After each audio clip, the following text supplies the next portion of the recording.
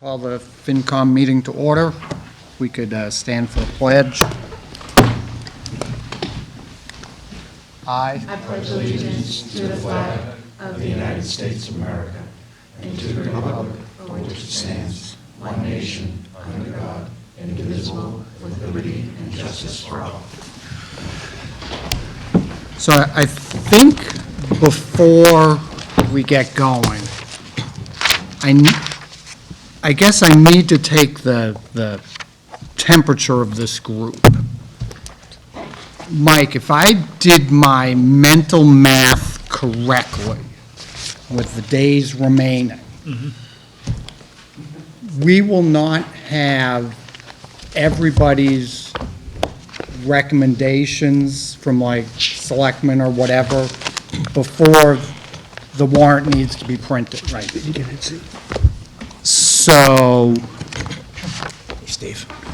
I know in the past, it has been expressed that we don't like voting on things, A, on that Monday night, and B, without hearing the recommendations from the bodies that are sponsoring the articles.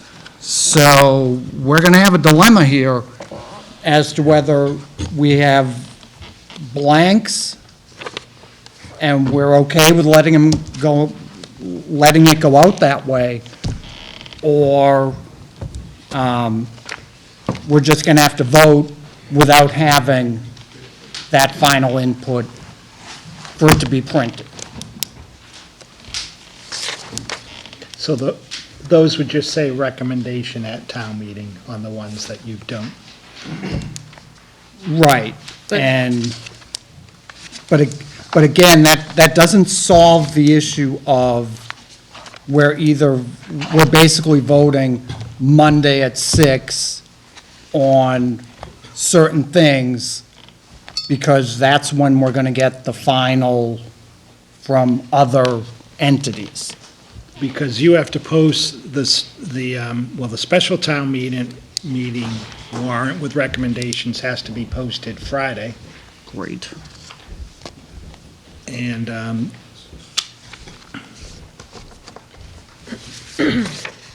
so keep that in mind. And then the regular is, Would be the following Friday.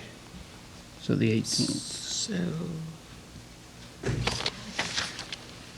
So this Friday and next Friday, like the day after tomorrow, Friday. Yes. So I'm going to leave it open for this coming, fall meeting, how we want to handle it. I guess I'm going to say, come spring meeting, we need to do a much better job in getting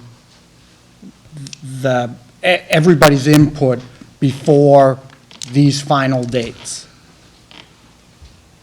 Because unless I'm putting words in people's mouths, this committee doesn't want to be in that position any longer. So, Well, Amy? and if I recall from the spring, it caused some confusion on the floor of town meeting because there had been an amendment to the article about the stretch code. And we didn't know what the change was and what we had in front of us at 6 o'clock. So we didn't know what the change was to the motion. We didn't know what the change was to the text of the warrant article.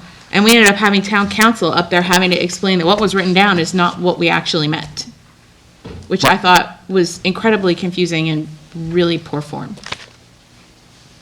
Yep. Yep. Mr. Chairman? Aaron? Thank you. There's also just the issue of the fact that these decisions that, or these recommendations that we're making and that other people are deliberating are often very consequential things that require some retrospection and serious discussion and back and forth. And you just, as a matter of principle, we can't come to good decisions in a rushed manner that way.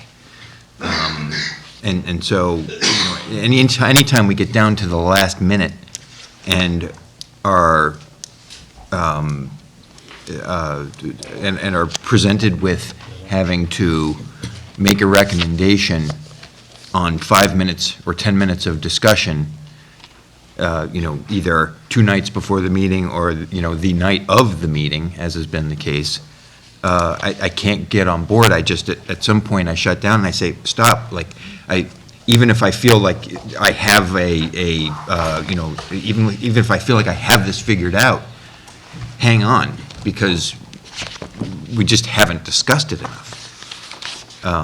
So we need to get our schedule bumped, a couple of weeks back. Maybe we need to start earlier, maybe everyone needs to start earlier in the season to make sure that we've got the time we need to have the back and forth and make the considered decision as a group.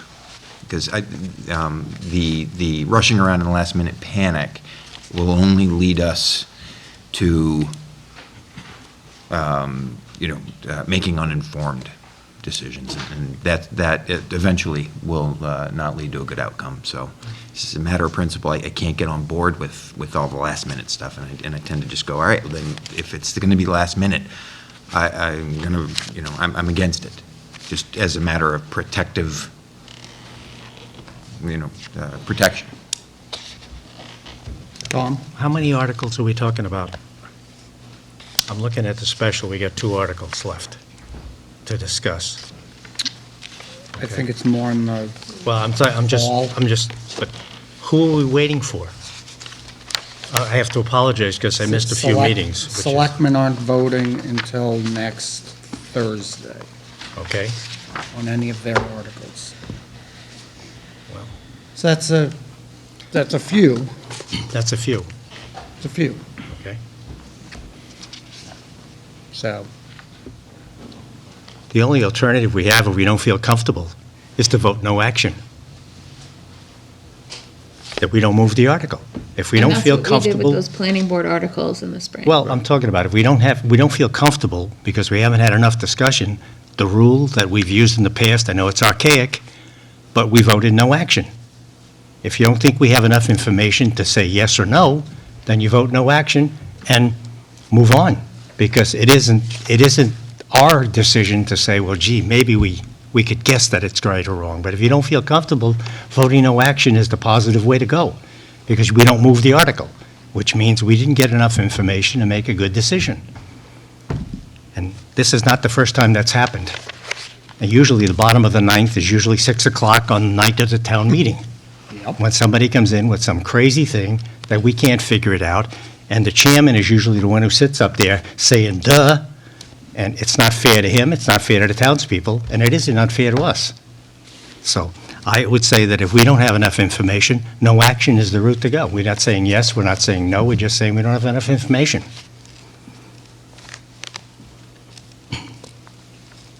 But as a rule, I guess we need to start, we still need to start the process, so the no action is the exception. Of course. Not the rule. But you can't stop until after the warrant is closed. Right, All right, so you got to wait till the warrant is closed before you can even start, right. okay?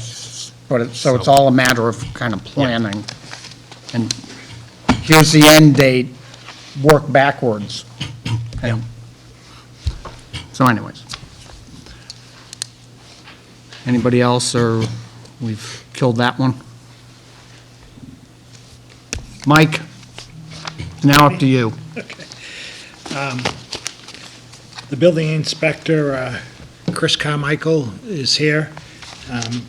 Chris is going to talk on 2 of the articles. The Reed and Barton Building demo along Cross Street, and then a general bylaw amendment.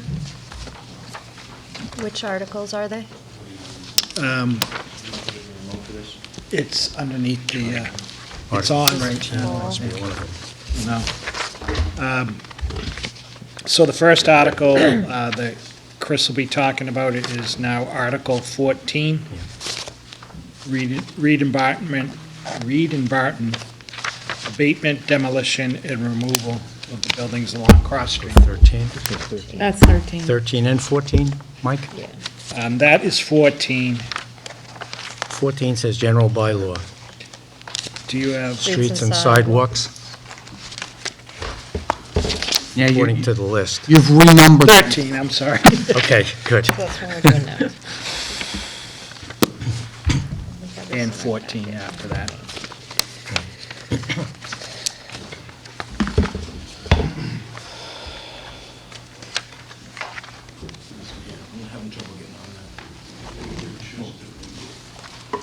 I'll give you a timeline of the Reed and Barton Thank you. from the town standpoint. Thank you. We'll discuss that a little bit. I do have a slideshow for you if I can get it up on the. Thanks, Chris. On the monitor.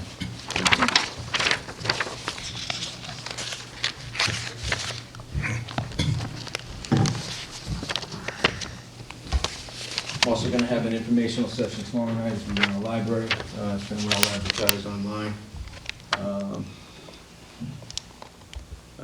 Mostly for the town folk, everybody's been notified on Elm and Cross Streets, and then some of those local subdivisions.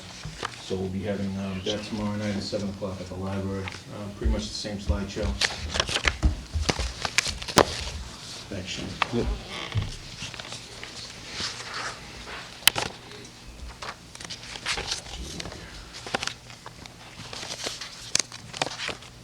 You go to your action center, So we do not have a copy. your action center, I don't see it.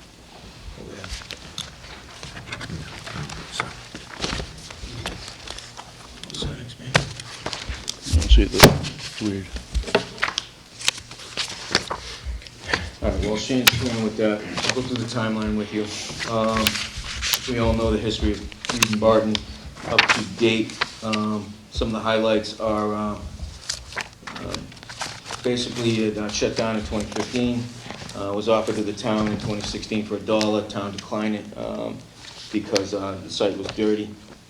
EPA, DEP has been involved on the site. DEP went out in 2016 through the bankruptcy court, had some money in an escrow account, did some site wells, mostly on the 47 Elm Street parcel, not on the two adjacent. Through that, they found some groundwater contamination. They called the EPA in. EPA last fall did remove 10 truckloads of dirt out along the bank on the west side of the property. When was the last time you ever tried, want to reboot it? Oh, yeah, go ahead. Because the action center's not showing and that's not responding. Okay. I'll just go through it then. So, through the bankruptcy court, they had the $300,000 to spend. The EPA came out and it, again, did the soil remediation last fall. They've continued to take down some buildings on site. Right now, they're doing oil work, removing ground oil. In the building on the west side, they've taken down Building K in the last week. They found the tanks actually this morning, a 10,000 and a 20,000 gallon tank this morning. They're gonna be starting the site work, the soil removing within a week or so. So I'm out there on a daily basis as of right now, going out there and assessing the structures. Thank you. The structures along Cross Street are the main reason for my involvement here tonight. As you know, a lot of those are leaning out towards Cross Street and leaning out over the road. I have put up a barricade. I put that up last June, early June. And again, here. So in an attempt to get those buildings on Cross Street down, which is the real problem. Those roofs have opened up to the weather. The floors have holes in them. I have evidence of youth still entering the building. I have evidence of someone still in there stealing copper. So if someone goes through the floor or falls out one of the open sections on the second floor, it's going to be a problem. So in an attempt to get those buildings down on Cross Street, I'm asking for the money for the demolition company, and then I'm also asking for the money for the LSP, which is mandated to be on site by the EPA, DEP, and town council, so. LSP, LSP, Land Site Professional, like a scientist, geologist, engineer, all in one. It takes a lot to become that. So CEC is the company that we've been working with, and we need funding to keep them on board. They read the EPA reports, they give us feedback on it, and then they help us with the grant. They know all the grant writers and the people within the state agencies. So we're working with EPA. We've applied for one assessment fee in August. We're waiting to hear on that. We have another round coming up in November, December, and then we have another round coming up in March. So we look to supplement all of this demolition funds that I'm looking for now with additional grant money from the states and federal agencies. Mass Development's involved. Paul D. Giuseppe, the town planner, has been working with Tufts and Harvard, and they have some graduate students that are going to help us work on a redevelopment plan. So that's basically it. I was going to show you some slides. So your action center is not showing All it. right. I can continue working on it if you like over there. No, that's fine. That sounds good. Okay. Thanks, Shane. Yep, appreciate your help. So Paul has been contacted by Tufts. They want to do graduate work, thesis, their final project. And then the Harvard professor is actually going to help with them with the financing on that. So Paul's going to go in and present to them within a couple of weeks. So the problem is that we have the EPA still working on one side of the site. I'm going to be on the other side of the site. So we're just going to be taking the buildings down on Cross Street that have been deemed an imminent threat. Some of the buildings are leaning out. Some of them are bulging. Again, the roofs have opened. If you can envision a building in construction, new construction, you go up and you race to get tight to the weather because the openness of the roof and then the rain causes so much damage. It's the same thing as a building in reverse. Once they've opened up to the weather, which these have because they've been abandoned for so long, they rapidly decline.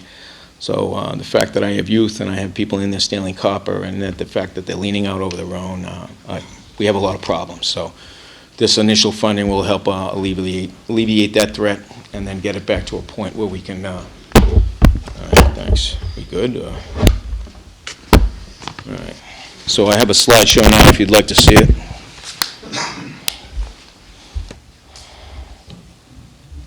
My desktop sharing.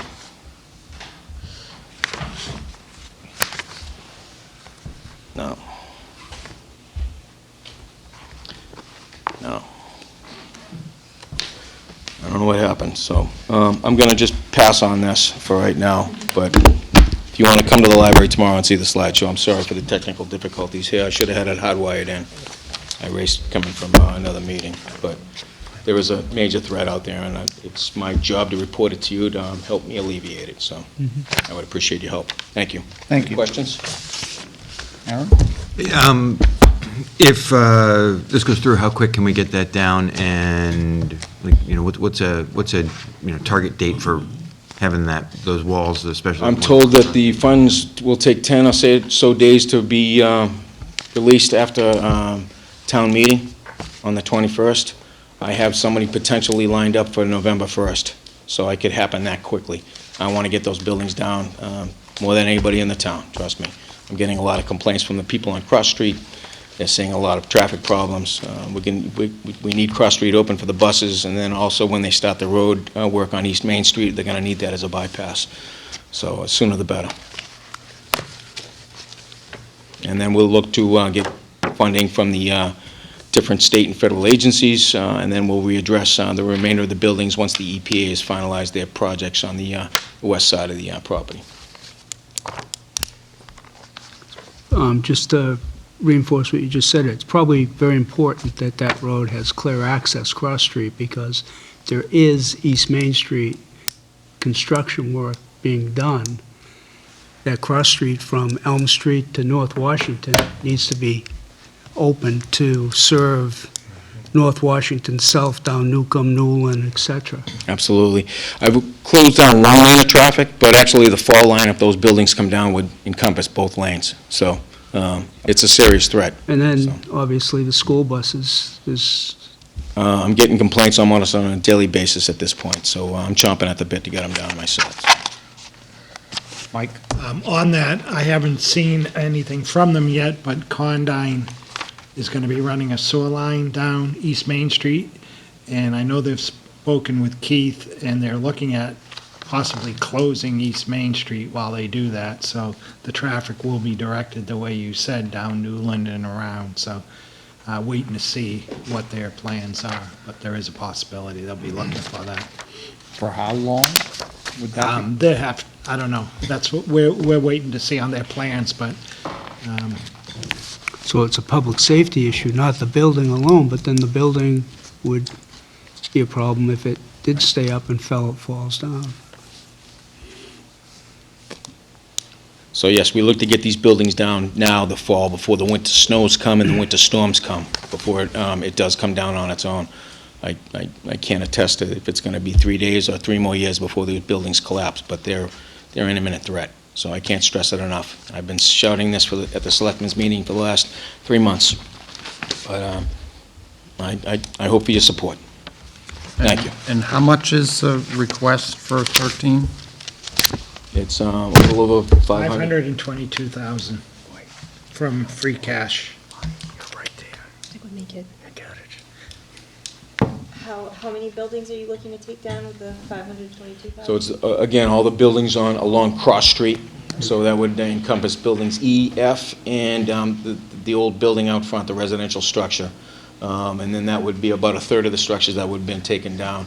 And then we'll go in and do assessment, and then those are type 4 construction, so post and beam, and these were built in the mid-1800s. They're over 150 years old. There's no lateral bracing, so that once it starts to lean, there's not much diagonal support to hold it back up, so that's the major problem. The rest of the structures are more substantial, more concrete and steel. So if we can get it back to a point where they're stable, and then we can reassess it, that's what we're looking to do this winter. Amy? Yep. Chris, when would we know what the grant outcomes are for the ones that we've already applied for? We just applied for one August 30th for an assessment grant, and we should be hearing back shortly. Again, Mr. DiGiuseppe is taking care of the grants with CEC. I have been involved with that. But we have another big line of funding coming up, like I said, late November, deadline's December sometime, December 26th, actually. And then we have another huge one for $800,000 in March. So we're going to be applying for everything and anything under the sun that we can help out with this to supplement it, with the assessment, demolition, site cleanup, remediation, so on and so forth. And how much was that assessment grant for? There's several. Okay. There's numerous. We have a spreadsheet that's been presented to this Board of Selectmen, and again, we'll be applying for them. So would the grants be paying us back this 522,000, or it would be additional funds to do more work over there? There's going to be more work over there. We'll have the remainder of the buildings, the last 2/3 along Elm Street that will need to be taken down. More assessment work will be done. More engineering will need to be done. So here's the list of the grants and the EPA and the targets. If I can pass it around. Is this your copy? Or? Want me to make copies? I'll go down and make copies and bring them back up. All right? Okay, That'd be thank you. great. Thank you. Any questions? Thank you. Thank you. Sorry about the slideshow. You got another? That's okay. Okay. Right now? Did you want to vote as we go along, or? The Board of Selectmen haven't voted on this one yet.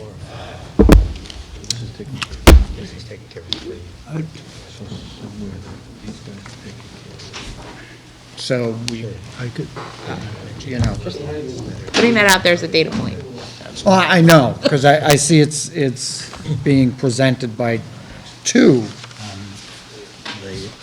So I leave it up, if someone wants to make a motion, fine. If we want to not make a motion, no action Do you want to make a motion on the articles as we hear them? on this one, On Article 13? yeah? I'll make a motion that we authorize $522,000 out of free cash. second. So I have a motion, I have a second, to authorize $522,000 to come out of free cash for the demolition of several buildings. I forgot the letter names of them. I do understand this is being sponsored by 2 boards. So I have a motion, I have a second. Any further discussion? Aaron? This would be one where I don't need to wait around for the Board of Selectmen. If you've driven along Cross Street, the barrier is not going to save you from that wall coming down. Even if you're on the other side of the street from it, it is a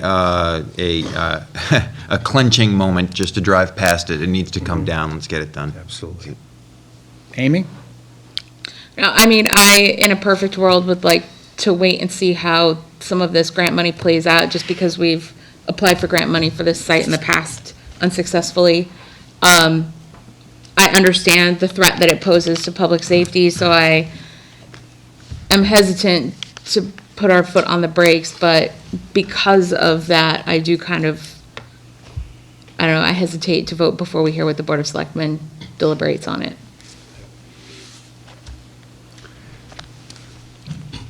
If I could add a little bit more to this. So I have been to Superior Court, and because the property's not the town's, I got an administrative search warrant to demolish all the buildings on the site. So the town has authority to go on through the building commissioner, the fire department, and the Board of Health to go in and do whatever demolition we need be. We also got a waiver from DCAN for the public bid process. I did receive 3 bids. I am using the lowest bid, but we did not do a public bid. So DCAM, also Department of Capital Asset Management, gave me a public bid waiver as well. So I've got all the eyeballs tossed and crossed and T's, yep, everything dotted and crossed, so we're good to go. Tom, did you? No, I don't have a problem, since the Board of Selectmen are co-sponsoring this article. I don't know why we have to wait to hear for what they say. If this is their article, I would assume they would say yes, because they put the article in there. How many buildings are Just on an that site? assumption. How many buildings? It's one large building that are interconnected and joined. It was, you could say probably more than a dozen. There's some accessory buildings on the outside that have been taken down, but it's probably 170,000 square feet, 2.5 floors, subfloors. Slabs will stay in place and encapsulate whatever's underneath them till we have an assessment done. So this article is taking care of roughly 3 of those, right? And then, Basically, a third of the property, a third of the buildings along Cross Street, buildings F and E, and then, again, the residential property, the old residential property out front. and then the EPA says here is taking care of what they call Building K. Building K is out back on the west part of the site, out near the bank, very near the underground storage, where the chimney stack was, Okay. right next to that. And then, That's actually down already, and they took it, we abated it in August, they demoed it this week, and they're gonna start the soil removal next week. And like I said, this morning, they actually found the tanks, the 10 and a 20,000 gallon tank. So I'm on site every morning at 10 a.m., so and then walking it. roughly what's left after all this, so. We'll have about 2/3 of the buildings, and then the more substantial concrete. I did get prices last year for a total removal, about 1.3. So you could see that it'll be 800, probably even more, because we're breaking up into sections. I would anticipate a cost of demo about $1 million next year, if we don't receive any money from grants and funding. Thanks. Bonnie? I'm just curious, are we legally liable if the buildings come down into the street as a town? Legally If I know there's an imminent threat there, I need to act on it. I've gotten every board to vote on it to help me take it down. I formed a board of survey. I deemed a threat myself. The fire department has deemed it a threat. We formed a board of survey. The Board of Selectmen has voted taking it down. I've gone to court and got them to approve me taking them down. So now I just need the money. Okay, but are we legally? We're legally obliged to take the buildings down. Liability under 21E really doesn't come into play until we own the property. And we're working on eggshells with council, dealing with the EPA, and we're waiting for them to finish up and close their books, so that if they see a developer standing there waiting to put a large development in and make millions of dollars, yes, they're going to come back after their funds. If they see the town is trying to remove a blight, and reduce the imminent threat, then no, they're not gonna be coming back. So the Coast Guard was out there last week, I met with them. I've met with the EPA, DEP. And again, we're walking on eggshells dealing with council, and he's guiding us through this.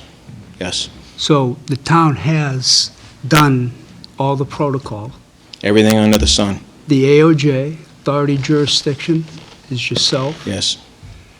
and you're just really requesting this money, I just need the funds to Right. take it down, I don't have the funds. but everything else has been, paperwork's buttoned up, Yes, and it's just now, there could be, we're going to have a big storm, 60-mile-an-hour winds in the next 48 hours, 72 hours straight. So, you take that, and we're looking at the next 12 to 14 weeks of winter.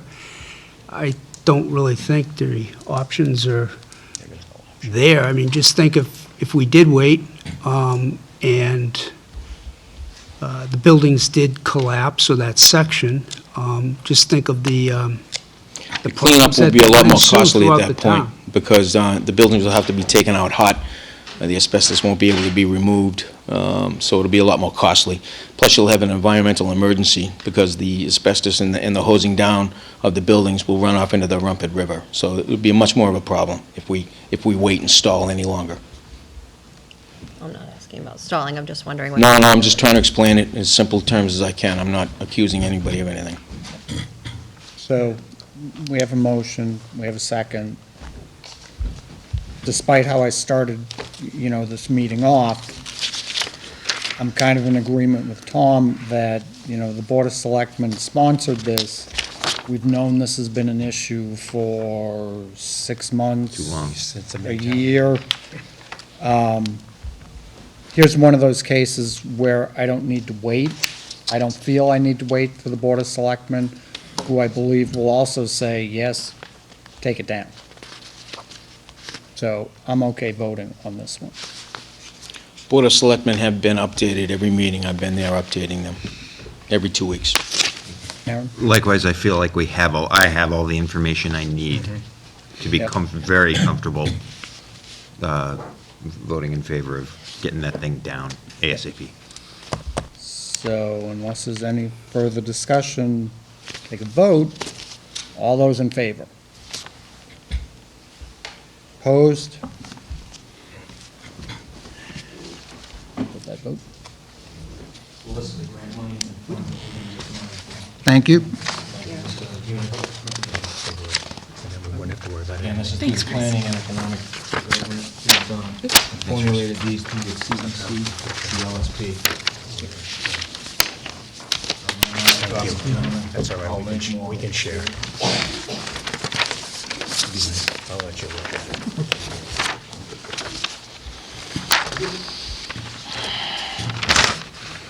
There is another, a bylaw change that I've been asked to speak on. That's Article 14. 14.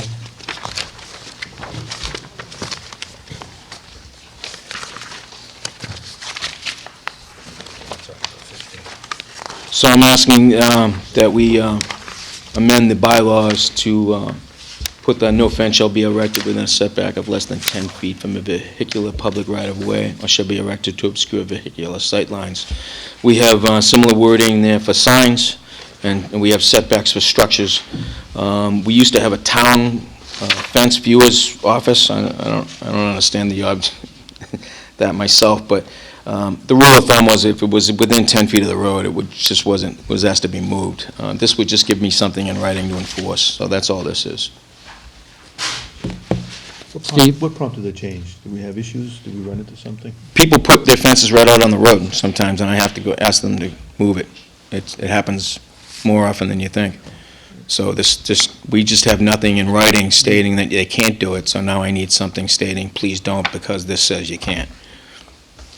Is this just for It's a safety thing for sightlines for vehicles. right, but is this just for someone who's putting up a wooden fence versus a natural barrier of like bushes?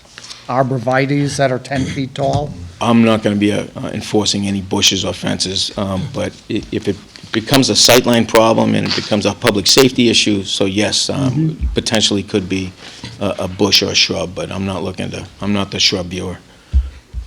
But it's the same obstruction, whether It could be, fence- potentially, yes, it could be anything, yeah. Okay, so this would potentially cover anything. Shall be erected to obscure vehicular sightlines, so yes, if something was planted, but this is more for structures, fences. Amy?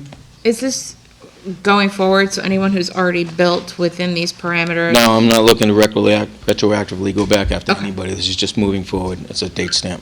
Okay. And again, our bylaws are extremely outdated, and they're more set for residential. We're gonna need to redo a lot of the bylaws. A lot of the things you're gonna be seeing coming up for the bylaw changes to just help us enforce the problem areas, the gray areas, the loopholes that we're having consistent problems with, and this is one of them.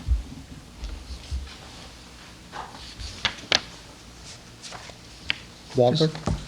Quick question, what constitutes the vehicular right-of-way? Is that the edge of the pavement, or does that include a shoulder? So from the center of the road, there's a legal road width, and then they go back, and then Keith has all that information. So I work with Keith a lot. Keith and I have to go out there and view it. So again, there's no wording in the bylaws, so it's obscure, it's convoluted. So if there's no hard and fast way for a citizen to know exactly where the edge is that? Again, it's from the center of the road, and then the legal road width is, say, 25 feet, it would be 12.5 feet back, and then we'd go from there, or the property line. So we try to just keep it on the property line. But it could be a sidewalk, it could be edge of pavement, so again, we're just trying to keep a public safety, and keep sight lines up for vehicles, mostly pulling out on a quarter lot. That's where you see the problems. Or a hidden driveway on a corner or a blind corner. It's a problem area.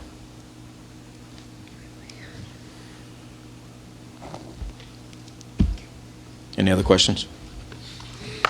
Thank you. Thank you for your time. Thanks.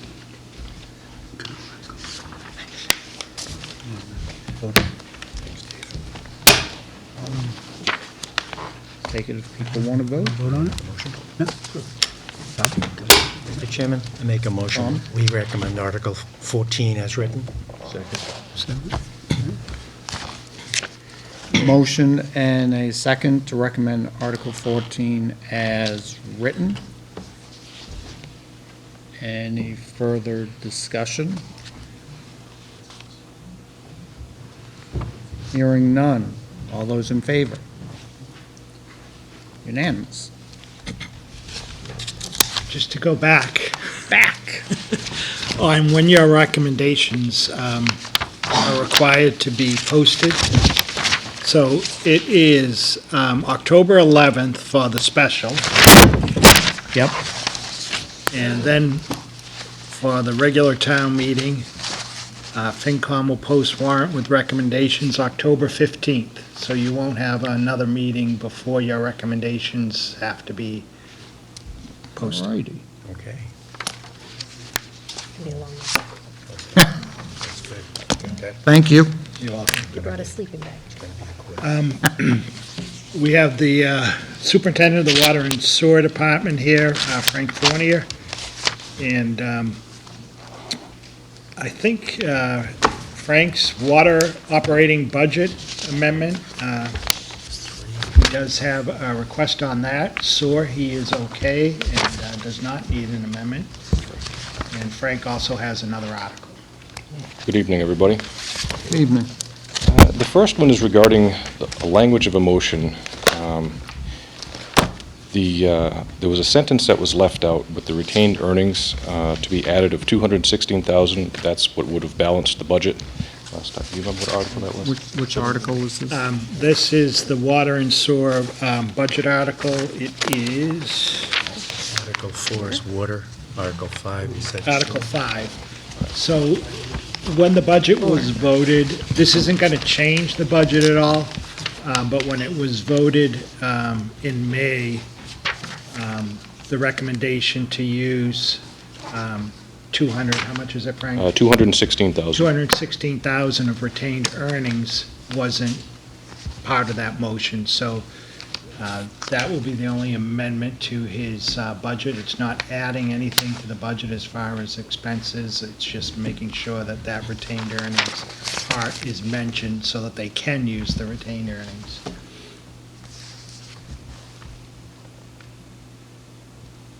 So 216,000 retained earnings. Correct. And that is Article 4.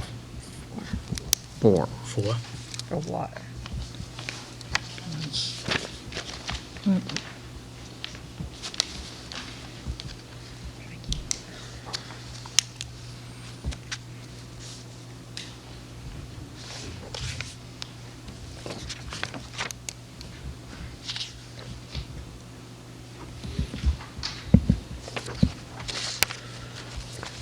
Did you say you don't need an Article 5? No, that would be no action on. Okay, fine.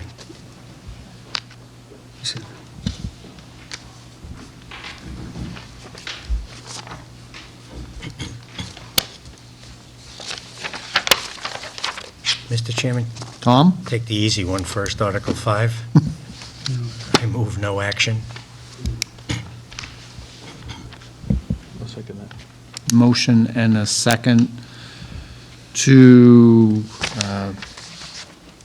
just vote no action on Article 5. Any further discussion? Hearing none, all those in favor? Unanimous? And on Article 4, I would suggest the motion to amend the motion that was taken at the May town meeting. So amend the budget by recommending that 16,000. be taken out of retained Retained earnings earnings. for the budget. Is that wrong? That's right, May 15th. So May 15th, 19 is the town meeting vote that was taken? Yes, What, Yes. yeah. May 15th. Okay. Correct. I don't think I fully understand the issue. We just didn't take enough at Maytown meeting? And The language was left out of It the, was of left the out of the motion. motion to use 219,000 of retained earnings. So if we don't put that in their budget, there'd be short money in their budget. They had planned on using the 219, but it was left out of the motion. It's 216. 216. So, just a transfer. it was in the original total. Recommend. Yes. Recommend. So It's a at the end of the day, we're not really. The transfer. of Otherwise, it would have to come out of from Is it free cash or retained something. earnings. 216 or 219? 216. 216. Yep, 216. Just goes in So the we're right. Well, I just thought it said the recommending. first time, Right, okay. We don't have to Recommending recommend table. any amount, just recommend. Done? From, I'm not done. No. Do we have to put the amount in the motion? Mike, do Article, we have Say to that- put the amount in the motion? I would put in there, yeah, you definitely should I think recommend. we do, and we have to specify. 216,000 from retained earnings be added to the water enterprise budget. Does that make sense? Yeah, we would have to, specify the amount and retained earnings and Right. where it's coming from, because the article is to raise and appropriate, right? Yeah. Right. 260. So- We'd have to say moving it from the retained earnings account back to where it belongs, in his budget account, his operating budget. I assume that's what you mean, right? That is correct. Cool.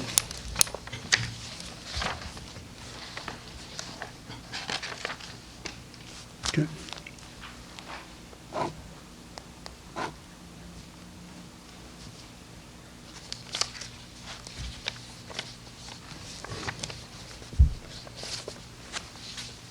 Mr. Chairman, if I get it right, Tom? I recommend that we approve Article 5, 4. 4, I'm sorry, Article 4, by amending the May 15, 2016 19. annual meeting. 2019. 2019, my God. Thanks, Here, Peter. just here. Thank you, buddy.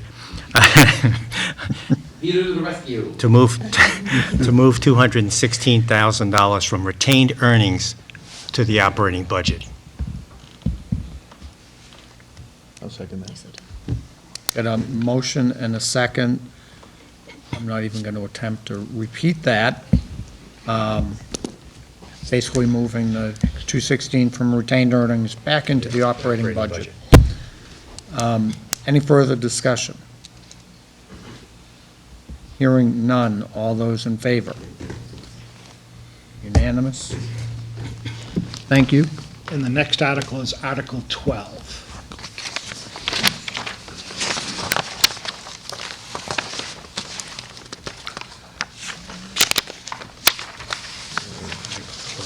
This article, there was money appropriated for a water main on Reservoir Street, and this would move the remainder, the money remaining after that project to other water improvements. Do we know what's left? Yes, I have 457,808.63 left. 457,863? 80863. 457,80. Yep, 457. Yep. 80863. 63 cents. You're welcome, Tom. 6.3. How did it come in so, My question exactly, everything was estimated high. They did some core drilling down there. They had quite a few areas of blowback, so they knew they were going to run into some rock. So they estimated almost $100,000 extra for rock excavation. We granted them the authority to move the layout of the water main to what we knew was a better location. They took under our advisement, they moved closer to the center line of the road. They, instead of, I believe it was 85 to 100,000 was the line item for the rock, they ended up spending $1,500 for rock removal. Wow. So there's multiple savings that we found there. A lot of it was time and materials, a lot of it was details. Everything fell back on the location of the water main. so even though at the end of the day, it ended up being maybe 3 weeks beyond schedule, you Yes. still, it was We still yep. that much ahead? Yep, of the what- delay of the time at the end was due to a problem that they had with flushing. Yep, Limited areas to put certain amounts of water, you have to turn the main over at such a velocity to clean and scour the pipes from any debris that might have gotten in there while they're staggered on the side of the road. Going in, if you had a small, you could get debris in there. So they had a few sample issues that posted many, many delays. Yep. We had some issues with weather where we could not flush because of the weather. It was a road hazard. So there was some issues that went on. But all in all, they're a very good company to work with. We've had very good luck with them. They definitely know how to put pipe in the ground, and they're actually working on a project now on Holmes and East Main Street. Same company came in as lowest bidder, and that project is probably a week away from completion, providing the samples pass. Would this money go back into your retained earnings? Yes, sir.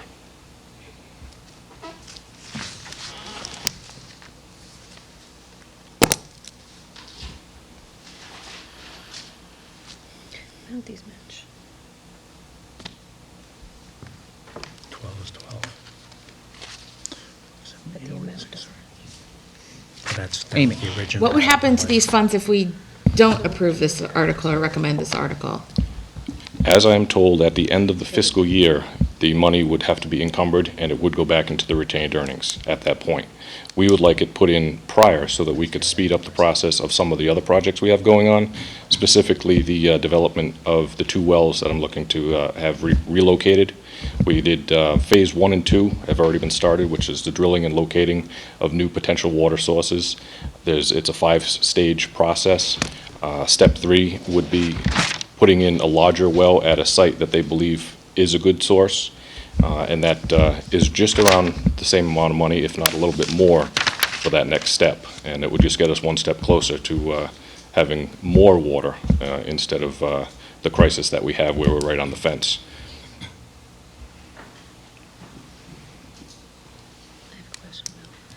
So I just want to understand, the 1.125 that's in here, 1.125 million, is the total amount needed for, that's what was voted or authorized Yes. in 2017. Right. So this 457,000 is part of that, or is being, help me? It is what is left over from that project From that that. was not spent. So no, that is going to be transferred just to your retained earnings? Yeah. It would go back to retained earnings, or you could put wording on it so that it could be specifically used for other water projects, water improvement projects, however you see fit. It's not going to be Well, going to that's- buy vehicles or anything like that. It's definitely going to be used for water improvements. That's what the article says here, but not what it says there. So that's why I'm just trying to match things up. On the score sheet, it says something Mike? different. If this article wasn't passed to say where Frank wants to move that money to other water projects, it would have to wait until the end of the fiscal year and be closed out, and then the state certify it as retained earnings. So what Frank is trying to do now is to put this, to have the article here approved so that that money can be used now for water projects rather than wait until it's declared as retained earnings. Okay. I just was trying to make sense of why they didn't match. Aaron? Right. And to be clear, the 1.125 that was originally approved was all retained earnings. Correct. That's The true. leftover money, Exactly. are right back to retained Right. earnings, Yeah. right? Like, this is, Yep. You're just looking for your approval and your direction on where it should go. If you don't approve it, it will eventually make its way back there. This is just a shell game, Expediting. Putting it moving back. things around. No, I really appreciate, like, trying to get in front of this, so we don't have to wait 11 months to start using the money that's already ours. I think that's great. I would just say, be prepared for questions at town meeting, because we've done a lot of borrowing. I know most of it's on the sewer side, but people are very sensitive about water and sewer articles, and you may get some pushback from people that don't understand that the money's gonna come back to you anyway, regardless. So I don't know if there's a way that we can explain that at the start of discussing the article, but just to try and help alleviate some of that, I think people might be up in arms, like, why, first of all, why'd we borrow so much more than we needed, or why'd we set aside so much more than we needed? And then from there, you know, we keep having to give you more money, and now you want to keep this extra money that, and we know that it already came from retained earnings, but the average person sitting at town meeting might not. Noted. Very good point. I do have a follow-up Sure. question. So to that point, when you're doing a project of that size and in that time, do you have project managers that will report in on costs analysis? The project manager from the engineering firm that we use is the one that develops the initial cost.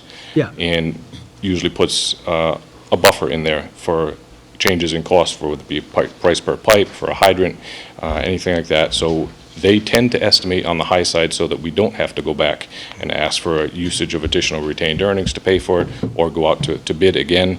So there's usually always a buffer in there in some way, shape, or form. This is probably the first time it's been substantial, and I think this falls under the fact that the amount that was asked of that 1.125 from retained earnings was way higher than what even the bid came back at. So in the time it took for this bid to go out and come back, everybody's cost per foot changed. So there's chances that it happens that way. More typically, it goes the other way. You go out to bid, and now you see multiple change orders coming in because, you know, the cost per foot changed, or they run into ledge that was unknown, or some other type of condition out there. You can use the So- sewer project for an example. So, because the project ran a little bit over time, so it was the labor scope of work. So this 457 is probably a lot of material cost then, came up. Savings in material. In materials. Because the end time was a few laborers that were out there. There was no machinery out there, so you're not paying the cost for the machinery being out there.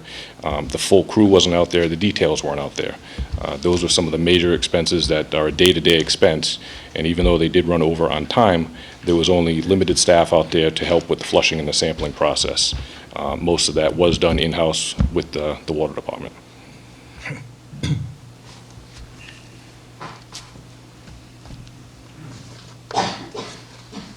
And my car only got stuck once on one of those. Better than most. Get a bigger car.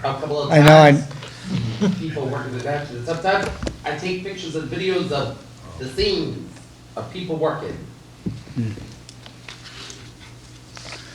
Okay. So, you wanna make a motion? Alvin?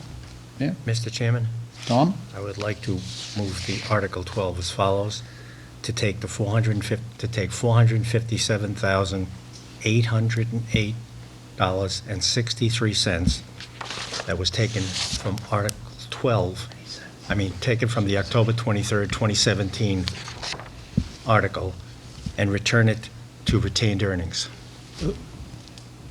No? Mike? How do you want me to say it? No, That's- to authorize it to be used for other water improvement projects. Okay, they put it in retained earnings, they can't do that? You can't put it in retained earnings. Oh, we can't move it to retained earnings, gotcha. Okay. Because No, I'm 'Cause it's confused again. It's what is it? We can move money out of retained earnings, but not into retained earnings. If you didn't do anything, it would eventually go back to retained earnings, just like free cash gets certified. But by doing this now, you allow it to be used for water improvement transferring it projects. from So one it won't go project to back to another. retained earnings. It won't go back to retained earnings, It's being used like. but it's going to be retained used the same way as if it Right. eventually But made it its way back to. authorizes them to use it retained right earnings. now. Use it now Yeah. versus waiting. Gotcha. Okay. Then I modify it to be what Mike said. Sorry, Tom, you got to do it. All right. To take the $457,808.63 to be used for water projects.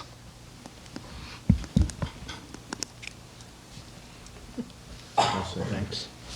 Motion and a second to approve Article 12, which allows the excess $457,808.63 from the October 23rd, 2017 project to be used for other water projects as happen in the coming period. It's close. Close enough. Close enough, I got it. Any further discussion?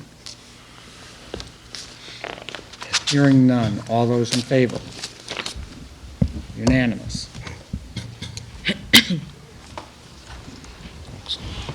That's all I have. Any questions? Thank you. All right, thank you. Sorry for the confusion. Thanks, Frank. Thank you. Which one? Next is the capital plan amendments. The capital committee met tonight and did, you have before you their recommendations. There were another number of recommendations that were made by departments in May, and we didn't have the money to fund them. And so with the money that you're recommending to put into capital, provided that goes forward, the $1,254,544 added to the $170,304 that we have remaining in capital, it would result in the capital balance of $1,424,848. And the plan you have before you totals $1,123,544,000, but $412,400 on the last page of the three-page plan you'll see is coming from ambulance reserve fund, and that would be for the purchase of an ambulance and a staff vehicle for the department, 20% of the staff vehicle, and $711,144 would actually come out of the capital improvement fund. And the items in the plan, I'll go over them. The first one, $139,101. That's to upgrade the server here, which is beyond its useful life. $84,323. would be to purchase hardware and pay for licenses to add more departments to our e-permitting software. It's been working great for the departments that had started it out with it. And now this would add planning, conservation, town clerk, and selectmen to the list. Then the next item is pictometry. This is a multi-year investment.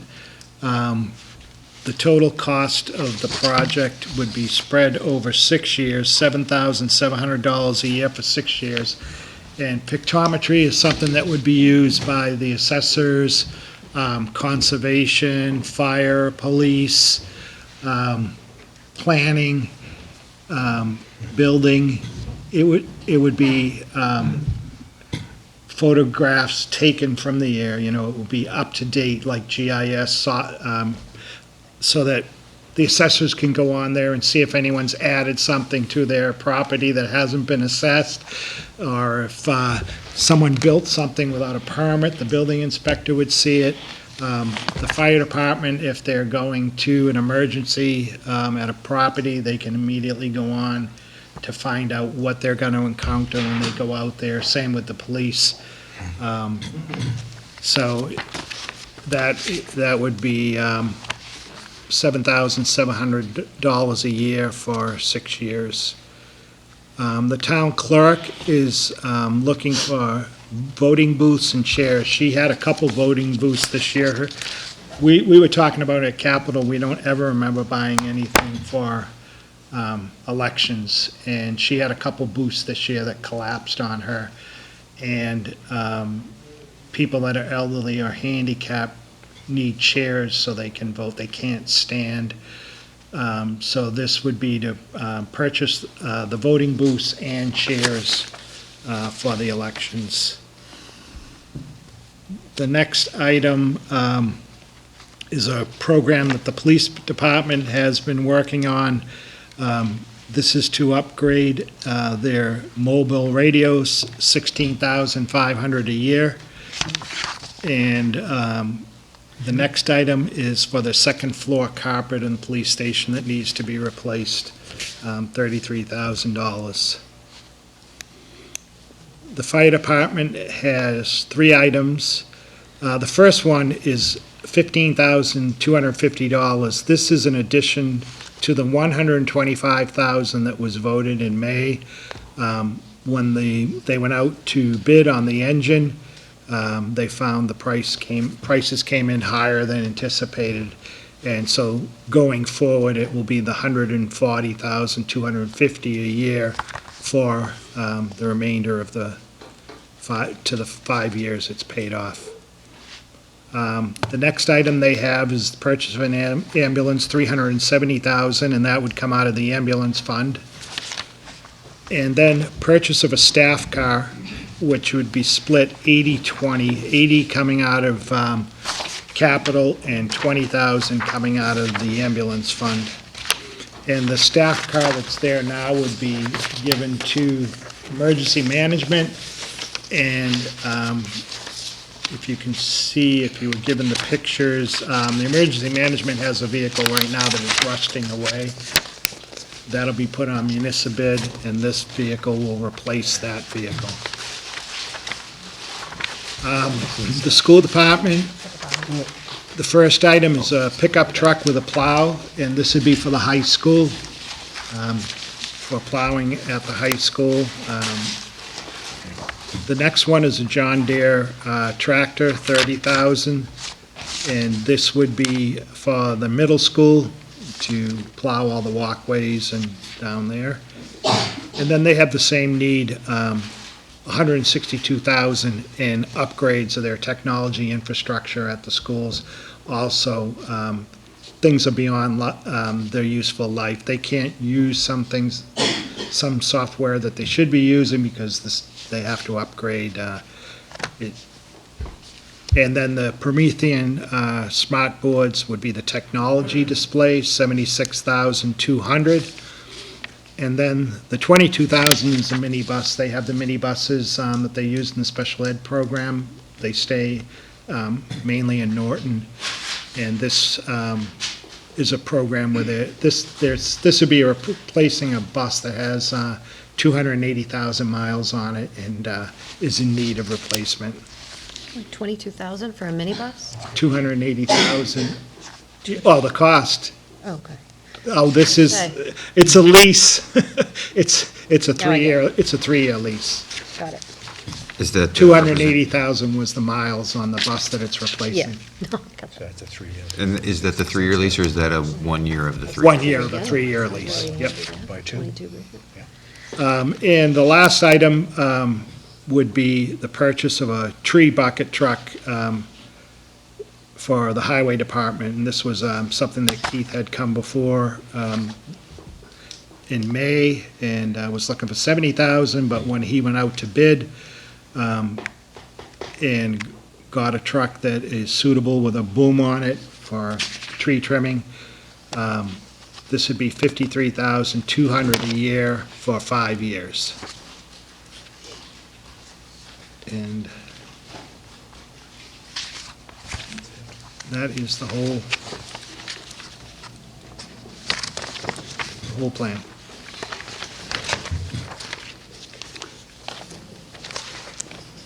Questions on any of those? Mike, how much is in the capital improvements fund now? Yep. Well, right now, there's $1,424,848 with the money that you're putting in. Okay. So That we you're have propo- basically 700,000 left. We will have 705,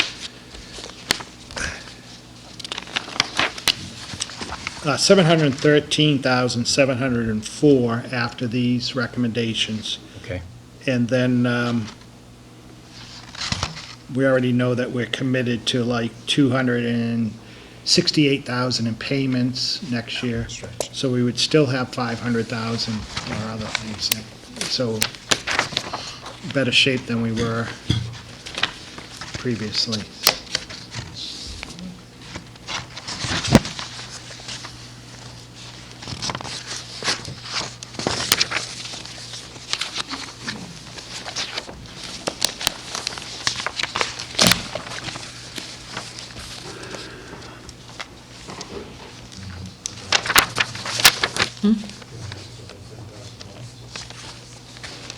Sure.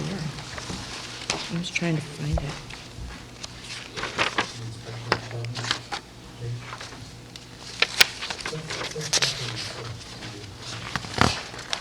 Walter?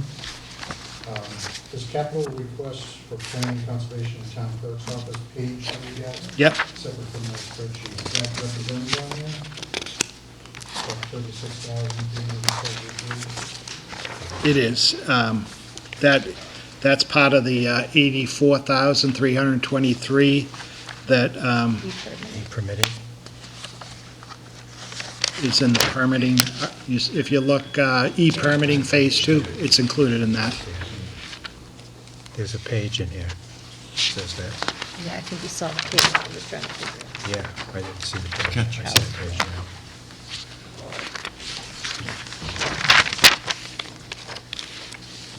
This is 4.7.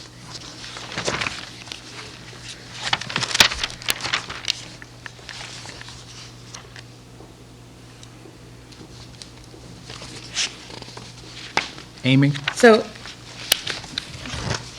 is the new server gonna be on-site or, cloud-based?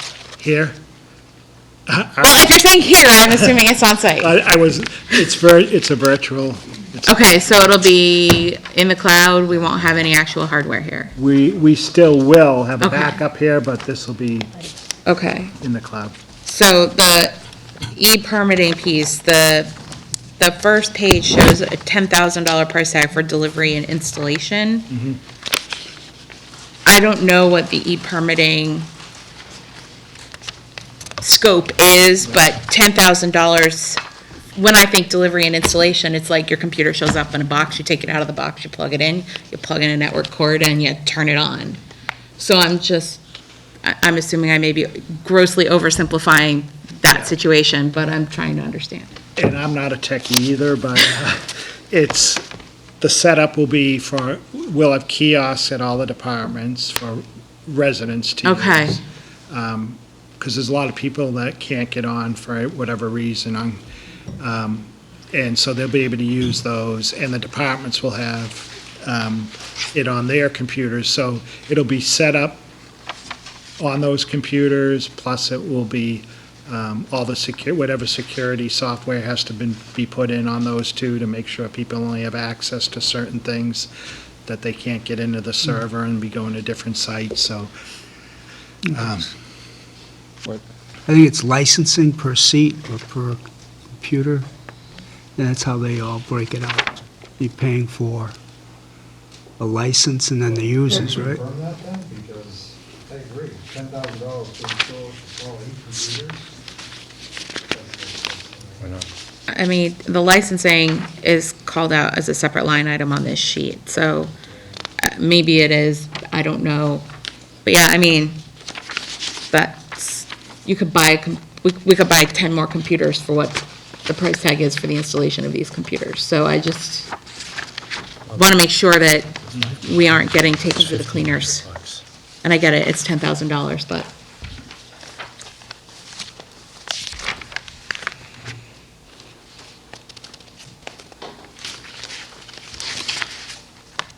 Walter? So, I'm in agreement. I'm not sure if we're holding it up, but I really would like to hear. What, the 10,000? Sure. Because they just can't throw numbers at us like that don't make any sense. Paula? Mike, did you get more than one bid from different IT companies? This is the existing company that already did the other.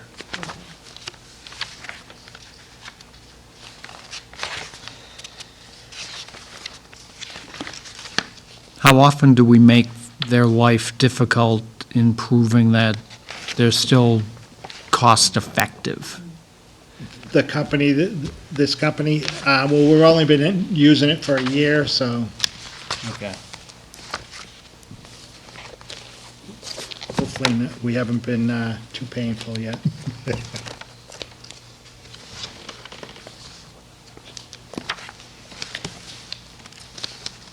And this was Article 6? 7. 7. Capital plan amendments.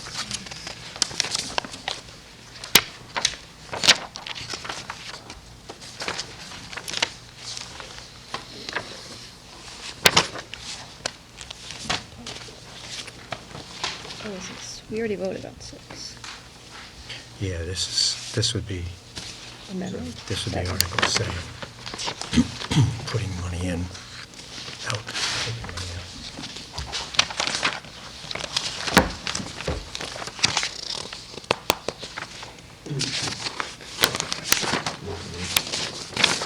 We want to wait.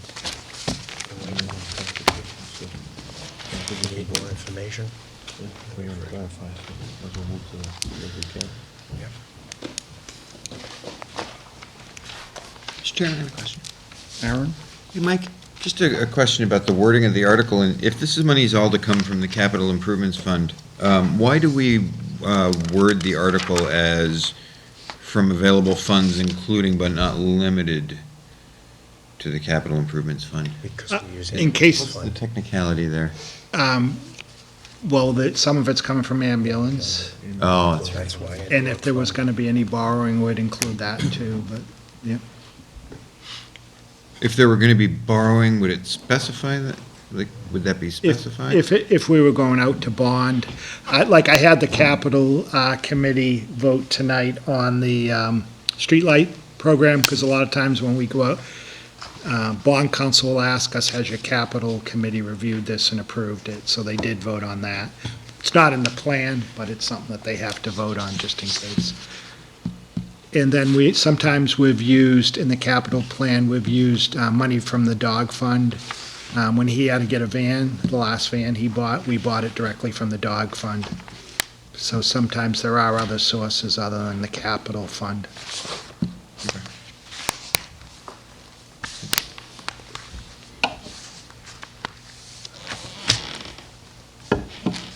Mr. Chairman, I think Walter has some questions, so I don't know if you want to vote on this or not.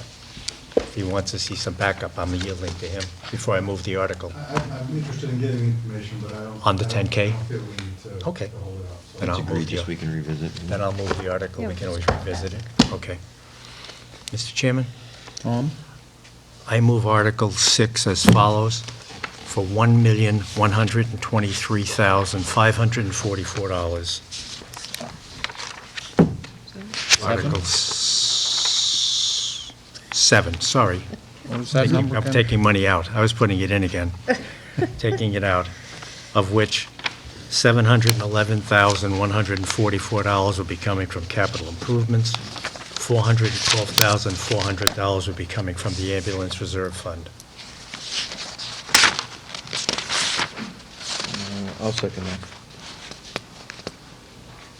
Have a motion and a second for Article 7.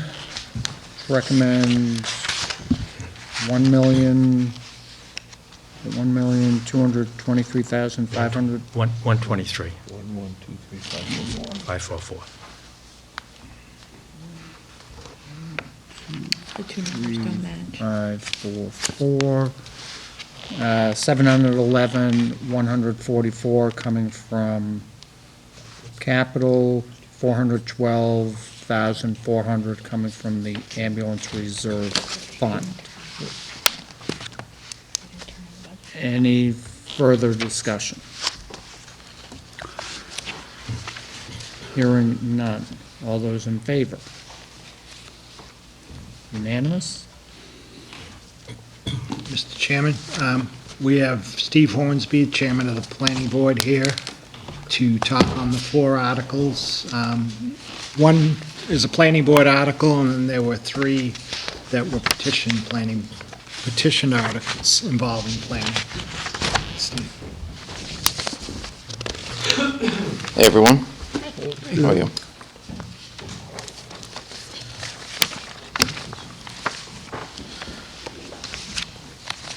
What do you need? Oh, sure. You want it?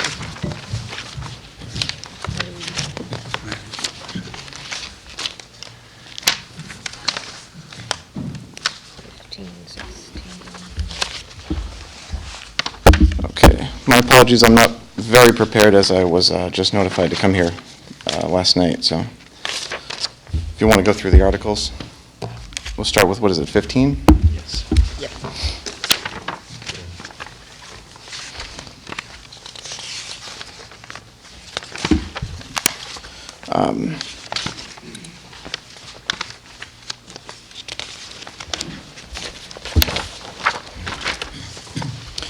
This one here was the only one that we didn't take action on. At the meeting, we're going to have another one on the 17th to confirm it, because there were so many changes, we wanted to see them all put in writing before we said yes or no, but I do believe that it will pass as written here.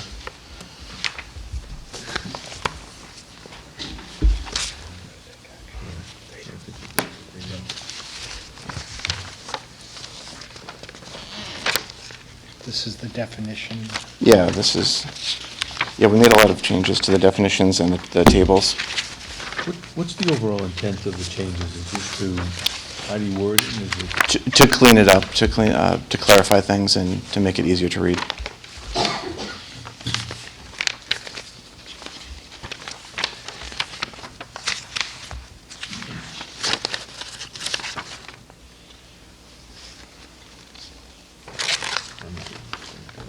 So you're just adding pages upon pages of definitions initially.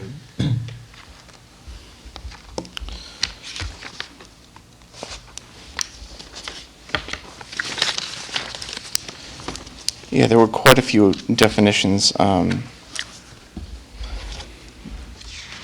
instance, assisted living residents, housing for the elderly, these all weren't, I believe they weren't already in there. So we thought it'd be easier to have the actual definitions in there. Yep.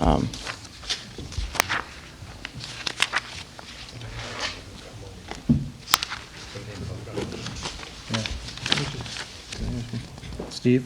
Yep. Does town council review these before you guys make your final votes, or is it basically? Yes. So they. Yeah, we had town council with us while we were making these changes too. Okay, so town council has given their recommendation, or okay? You Yes. haven't voted on it. It's my understanding, yes. Okay.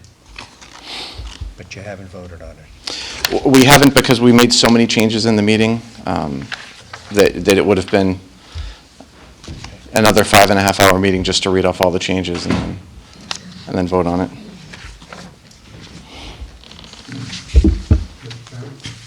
Walter? Can you give us a synopsis of the allowed uses table maybe? Because we can't see what was there before. Sure, Underline? that's what I was looking for on my phone. Okay, here we go. Are the changes underlined?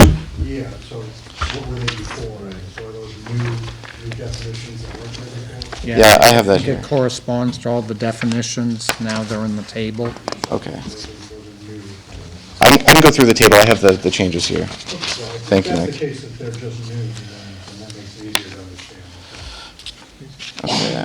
Okay. As far as changes, under assisted living residence, the second one down, that went from special permit to not allowed in R80, R60, and R40.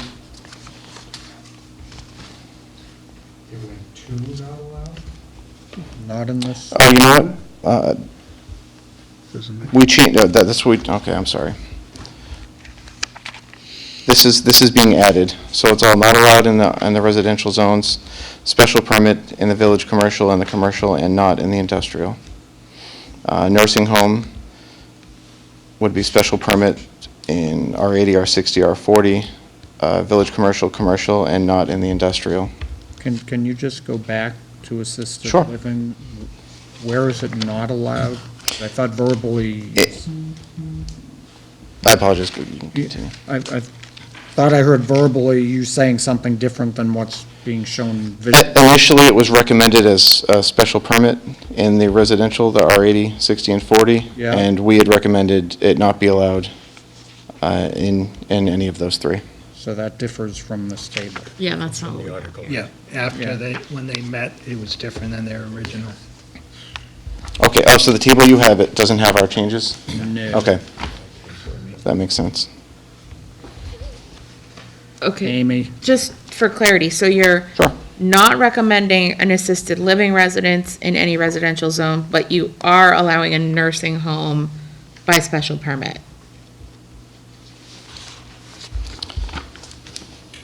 Because Yeah. the difference between a assisted living facility and a nursing home to most people is a very minute difference.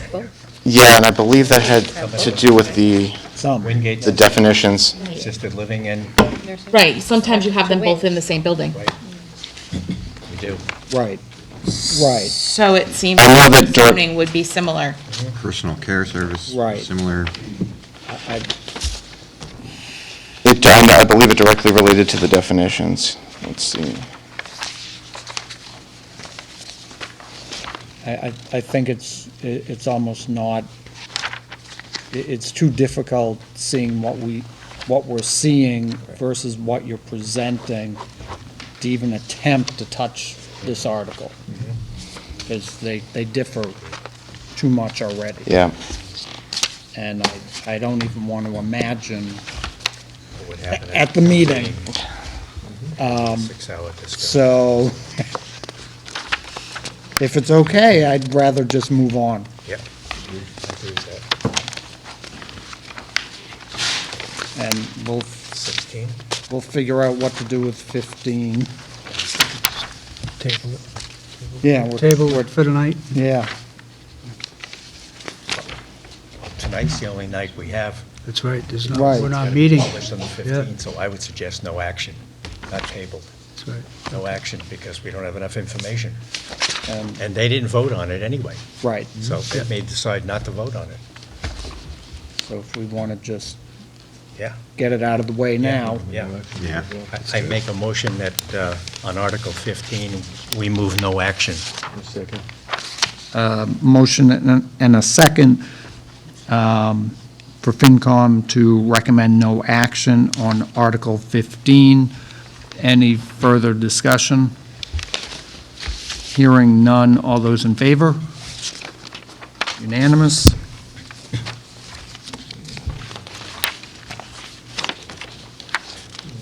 The next one is Article 16. And this was to allow duplexes in a commercial zone.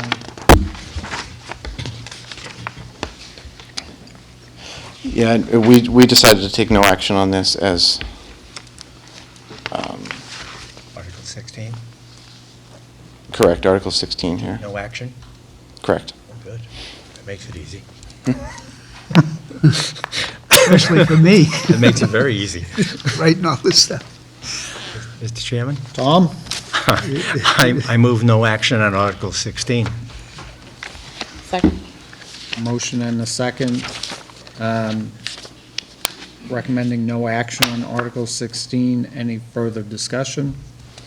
Steve? The person that's bringing this forward, do they have any comments about no action, or are they aware of no action? Yeah, they're aware. Okay. Any input on that at all? I would assume that they're going to try to move it at the meeting with some changes. It was, let's see. Can I? Yeah, go ahead. I think the problem was that there were some, when someone submits a petition article, the planning board themselves has no ability to change that if there's errors in it. And the board found some problems with the way things were written, and not saying they were for it or against it, just that there were some errors, and so they recommend not to move forward with it because they can't change a petition article. It's Understand. my recollection, there was no dimensional requirements listed in the, as a change, so it would just allow for any dimensions. So we thought that that needed to be specified prior to submitting it. Thank you. Okay. Motion and a second, no action. Any further discussion? Hearing none, all those in favor? Unanimous? And the next article is Article 17, which was a petition article, and this was to rezone an area along Mansfield Ave and Smith Street to Village Commercial. And again, this was because we missed it last time? Because didn't we do a whole section to I Village? think we did up into where the reservoir goes under the road. I don't think we didn't continue beyond that. So basically up to Emma's and stopped? I don't know if that's a continuation of that, but Is it on the same side of the It's- street as Emma's? Yeah. Right, Because it's on the other side of Ribero's the on road, Other too. side of the road. Is that? Yeah, so which side of the street is it? Emma's side or Ribero's It's side? on the Emma's side. Well, it's on, Smith's No. is on Smith Street is Emma's. on the left, on Emma's going side. toward Mansfield. Yes. Yeah, okay. So before the bank, but after Emma's, and after the reservoir.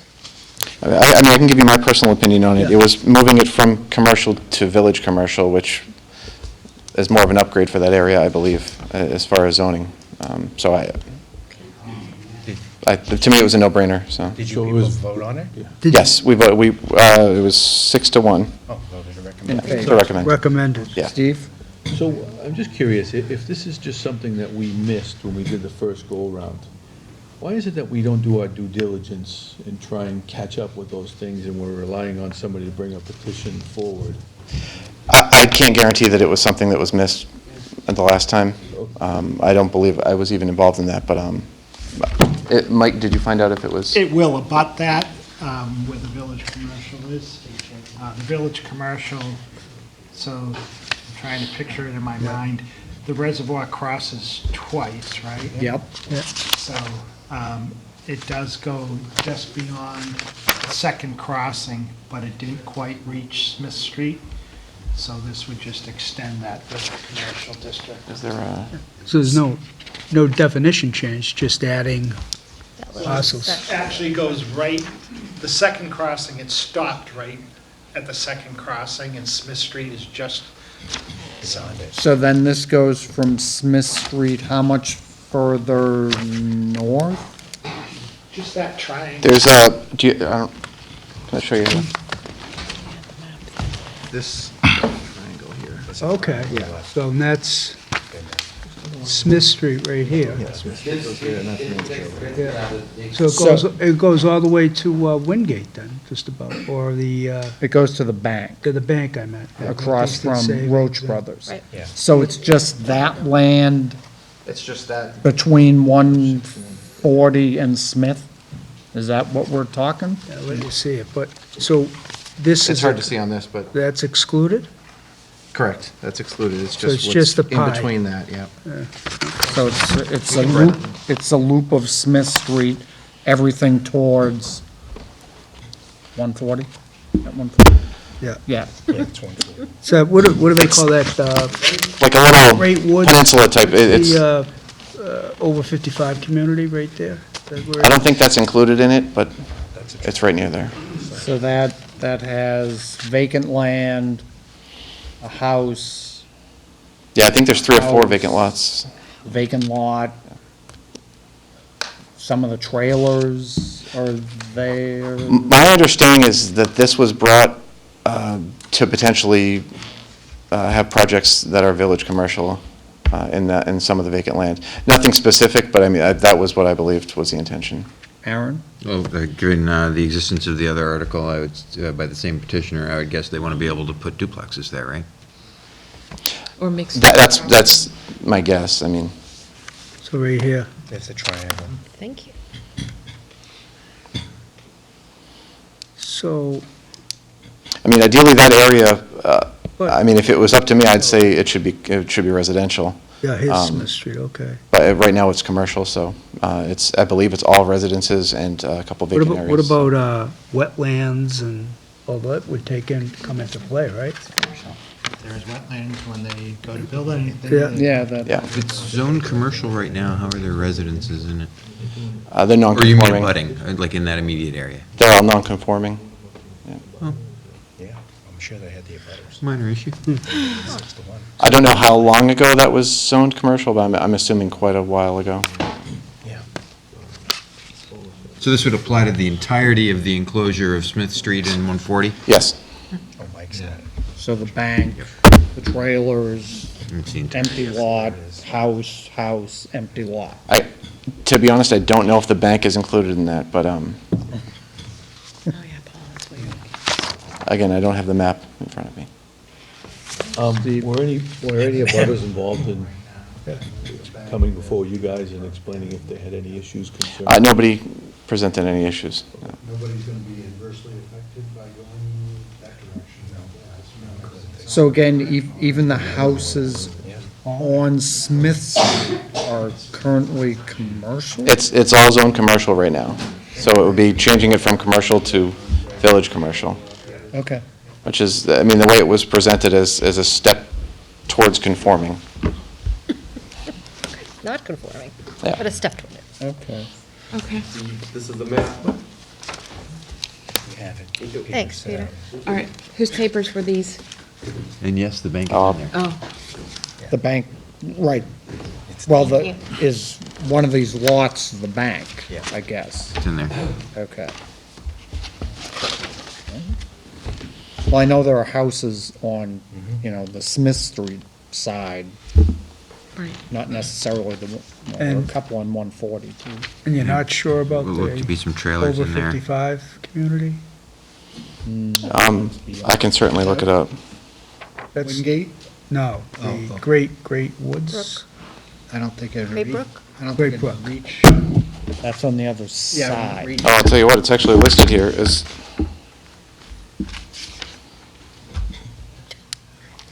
just the addresses though.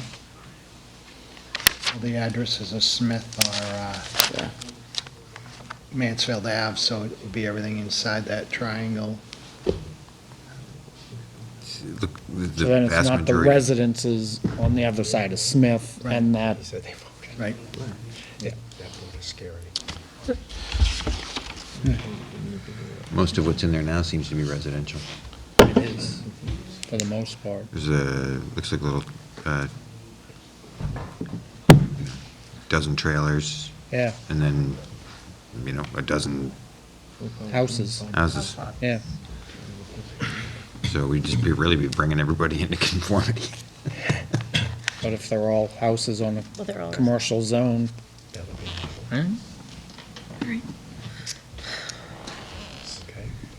But then, So what does the change, what does the change from commercial to village commercial either allow or disallow by changing it? Well, technically in commercial, residential isn't allowed. So all the residential housing in there would be legally non-conforming right now. And then if we change it, then they become conforming? Mhm. And then you put houses in there. so then you could have your next door neighbor sell the property and change it to a village commercial application. Well, your next door neighbor right now could build a business there. Right. Right. That's the next question is. That's all they What kind of could things build. couldn't happen there with this change? Well, like you couldn't build a Coca-Cola bottling plant there if we change it from commercial to village commercial, Facility or something. right? That would be industrial, wouldn't it? Yeah, that would be industrial. That was industrial. That sounds like, yeah, actually, I mean, Okay. But this area you're talking about really is a neighborhood right now, correct? Oh, there it is, right there. Yeah. It's a neighborhood Hmm? opposed to last year's change on Reservoir. You had businesses that you really took and But it's just classified them more Yeah, that's the- to have that option, Been straight up. Right. village commercial. Right. So now you're asking a neighborhood that's set to change. Well, I know. I didn't put forward this article. We Right, just right, right. are. But that's what I'm saying, the petitioner, the sponsor is saying that. The petitioner, and again, the petitioner came to us and stated that right now it's all commercial, and it's zoned, it should be residential, it's all residential houses on the properties. So this is a step in the right direction. I believe the ultimate goal was to get duplexes in that area. That's my personal belief of the petitioner, but I get, right now they're non-conforming lots, so. So I would, You following? who's providing that? So what does the red versus the yellow mean? Show you legend according to this. Red is commercial, yellow is R60, R80. So then it's not all commercial. No, yellow is commercial. Red is, That's the red's legend. village. red is R80, that's 2 acres, right? Red is, Insane. Red's industrial. you're a legend, Shane. Red is Red is village village commercial, commercial, okay. yellow is commercial. Okay. Oh, so on the end of that, and the end of that, Chunk of that's it. So village that commercial, little so it's, corner is Green village is, already, yeah. and then the rest is just straight commercial. So that Okay, it's colored in. Gotcha. Yeah, So, okay. oh, I Except see, for so that it's little even. vacant land on the corner. Little piece. Can you go back to the markers again, the icons? Okay. Village commercial, commercial. Okay. 60. Steve, is that the zoning map that's posted right behind Mike? Yeah. It's the one provided from the town of Norton website. It looks like it was. Which I have been told isn't always correct, but Why is that, Doesn't match your, is that showing the new changes? doesn't match. It's uncolored. No. the digital Project. GIS. It's first week of school. Why is, the planning board's website.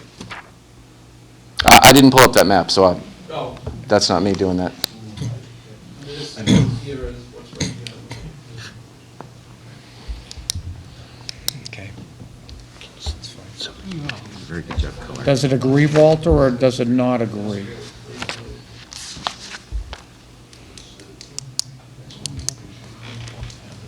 Let's get a picture of that map. The guy, gas station guy. So, It's very, Walter, does it agree with, It looks different, but The part we're we listening. understand what he's doing there. Yeah. It corresponds with what. Close enough. Yeah. but is it just village commercial and commercial, or is it, Check the legend there. or is it something else mixed in there? On this map here, that little red piece on the corner was village commercial. right. And the yellow would be Was all commercial, yeah. commercial. right, So that little section, Yeah, so the, yeah. which is just vacant land, that Think so? used to have a for sale sign on it. What, in the red? Yeah, Yeah. so that red above that was done recently, the bigger red. right. The big one over here, That was yeah. last year. this is the previous article where we went, hey, we're not Trail gonna park do this. right there, and that's. Yeah. Wood Park right there. I still don't think we should touch this. Not right now. Well, that's why we're trying to get, Say thank you. on some of these other articles, upgrades. 10 for 10, 5,000. This is how we do it. This is how we do on that. So, do we want to still kill more time, or do we want to, we don't have enough information? So just so you know, the bank is not part of that. The bank is, according to that, the bank is not part of. No, the bank- change? Farther up the. No, it's not part of the change. The bank is 172 Mansfield, and that's not listed here. So the corner of Smith and 140 will stay commercial? The petitioner wasn't asking. Yes. So the, Why wouldn't you? Getting seasick. yeah, why wouldn't you have a whole section, one contiguous zone? Yeah, what you passed around included it. Whatever, this is what was presented to us, and I would assume that because the bank is there, that's why they left that out of it. I'm trying to see if the But is a bank allowed in village commercial? bank right now is in commercial, and that's not part of this change, so it would stay commercial. But what I'm saying is, a bank would be allowed in village commercial? In their neighborhood. Right, except we can't change the article because it's petitioning them. Right. Mike did respond to that. He said, yes, the bank is okay in village commercial. I don't know, my book's over there. But it's, You can have it back because this is an eye chart that I just can't handle right now. You still think that's true? I mean, I think. But it does include the mobile home. Okay, so, there's no kind of pointer here. no. Let's see. So the I'm trying to differentiate between where the bank is. Well, Bank's on the well, you see corner. the cul-de-sac there for where the mobile home park is. Yep, Yeah, It's almost like that little triangle would be where the bank is. Right. That's where it would stop according to these, the addresses here. So, everything south and west. I just don't. I'm sorry, and east. I don't like. Aaron? I have a question. It is. So, residential is housing only. Village commercial, you can have housing and commercial. And commercial, you can only have commercial, right? No residential. Sounds good. Correct. In the existing area, it's already filled with residences. It's zone commercial. They want to move it to village commercial so that they can add housing. Or near other housing. What was the, if you remember, you had a 6-1 vote on this? What was the dissenter's reasoning? I couldn't begin to explain the reasoning for some members' votes. It wasn't given, Okay, so, okay. Just wondering, because I can't figure out what the downside is. yeah, my personal opinion, there's absolutely zero downside of this, and to me, again, it's a no-brainer. To me, it's a no-brainer to the point of, Why wasn't it done 50 years ago? well, for the petitioner, why wouldn't you use the whole parcel right. versus stopping at the bank? So you have all this village commercial and this little piece in the corner, commercial. Because he doesn't care about that lot. Well, That's what it comes. Again, I can only assume that because it's a bank and it's, not part of any prospective development, That's probably right. So they have a single vote. Yeah, no, it's pretty clear what's, he wants to be able to add some duplexes in there. He can't because it's zone commercial.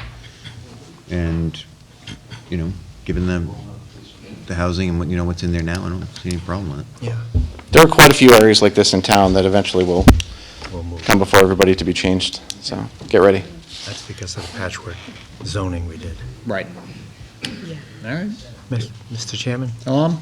I'd like to recommend Article 17, since the planning board did vote 6-1, and it doesn't look like it's a major change to anything. I'll second it. Motion and a second This is, to recommend Article 17, which is changing the parcels as designated from commercial to village commercial. Any further discussion? Hearing none. All those in favor? Unanimous. Article 18 was also a petition article from David Cohen, And that one- and this was to allow fuel storage underground in a water resource protection district. And what was the vote on this? This, we voted not to recommend, 5 against, 2 for. And I worded that incorrectly, I'm sorry. The vote to recommend failed, 2 for and 5 against, so and we voted not to recommend. And what was the reasoning? The reasoning I understood it is, I was a yes vote on this one. The reasoning I understood for the no votes, at least partially, was due to the water protection zone. The thought process I understood it from some of the members was that they didn't, even if it was such a minute chance of anything eventually happening, they didn't want to take that chance, which I understand. And the other issue with one of the no voters did let me know that with, Frank had mentioned potentially changing wells, or putting 2 new wells in. If those new wells come in, the Zone 3 would change around those wells. So I don't know if that's the most stable ground to say no to this on, but it was a reason that I was given. Walter? Now, we were told that, and don't say if everybody jumps off the bridge, I know. We were told that towns around us have made this allowance many times. Is that true? It's my understanding that's true, yeah. Okay. Okay, so you voted in favor of it. Is there any reason that we should suspect the town's judgment in making those changes around us?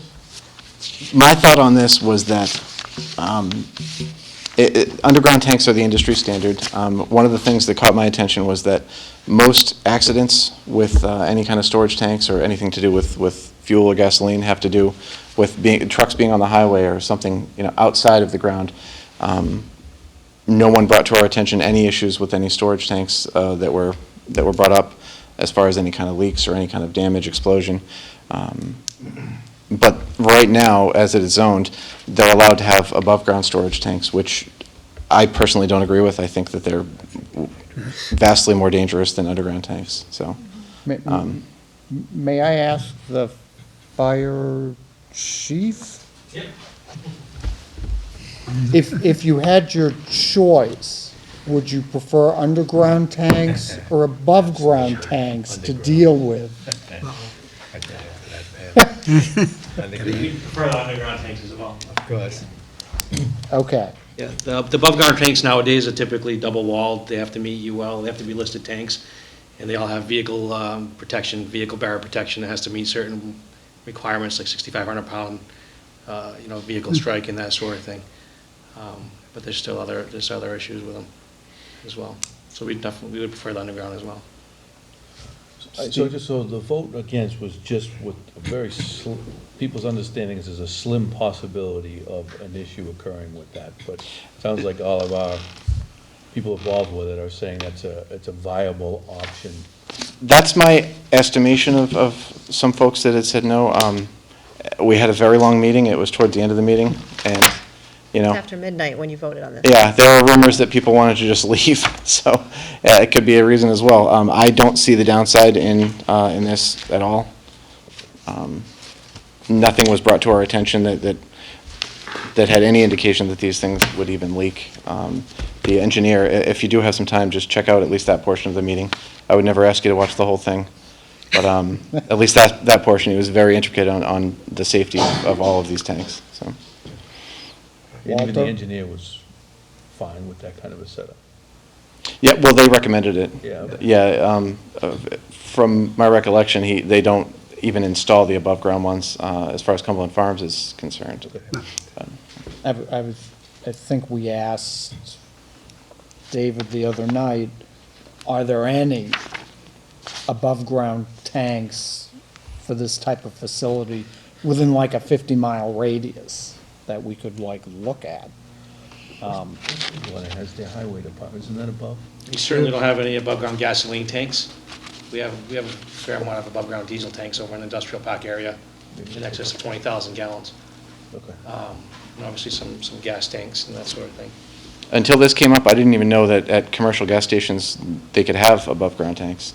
Yeah, those are all private, those are not self-serve Yeah. places, those are all employees have to do the filling and stuff. Yeah. So, I mean, technically, somebody could come in and Do it, put forth the above-ground tanks, you know, right on. right on right on the Oh. street, Yeah. or thereabouts. I didn't, David, I met with Frank could, Fournier. could you, Yep. I met with Frank Fournier in his commission last night and went through the presentation and received his endorsement from his entire staff. The only thing he was going to do is, if I can show you a map that I have, he wanted to take a ride. Used to be a town employee.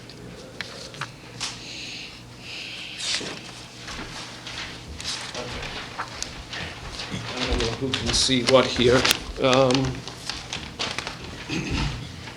These two wells here in the southwest part of, southeast part of town. Those are our main pumping wells. These here. This zone here is a commercial zone outside of any watershed district. So today, somebody could go pull a permit and install underground tanks here, which is about, that's a 400-foot radius, that circle. So we could put underground tanks here. I'd say that's about, say, 600 to 700 feet from the two wells. and So where's your site? yeah, where are you in I'm that? up here, I am approximately, God, you're almost in the next county. yeah, I'm over here. Just, that's Freeman, I believe. I'm sorry, no, that's the delineation Delineation. of the Zone 3. So I am Right, right on the fringe yep, of the Zone 3. Yeah. Yep. okay. So what Frank was thinking, maybe on town floor, was limit the Zone 3. I think he was concerned about this area here, the pink. I apologize for the small photo, but this pink here is also village commercial. So he was worried about down gradient. If those tanks were to leak, to leak. So he was gonna do a drive-by between now and Friday. And see if he wanted to limit those few addresses. What I did stress to him was, it's mostly town-owned and Wheaton-owned property. The library, Oh, yeah, this East Main, okay. yeah, exactly. But the good news for me is he endorsed it, as well as his commission, as far as where my site is. Walter? We've all said many times how often we will defer to the Department of Authority on the topic, but so far, I haven't heard anything that would make me vote this down.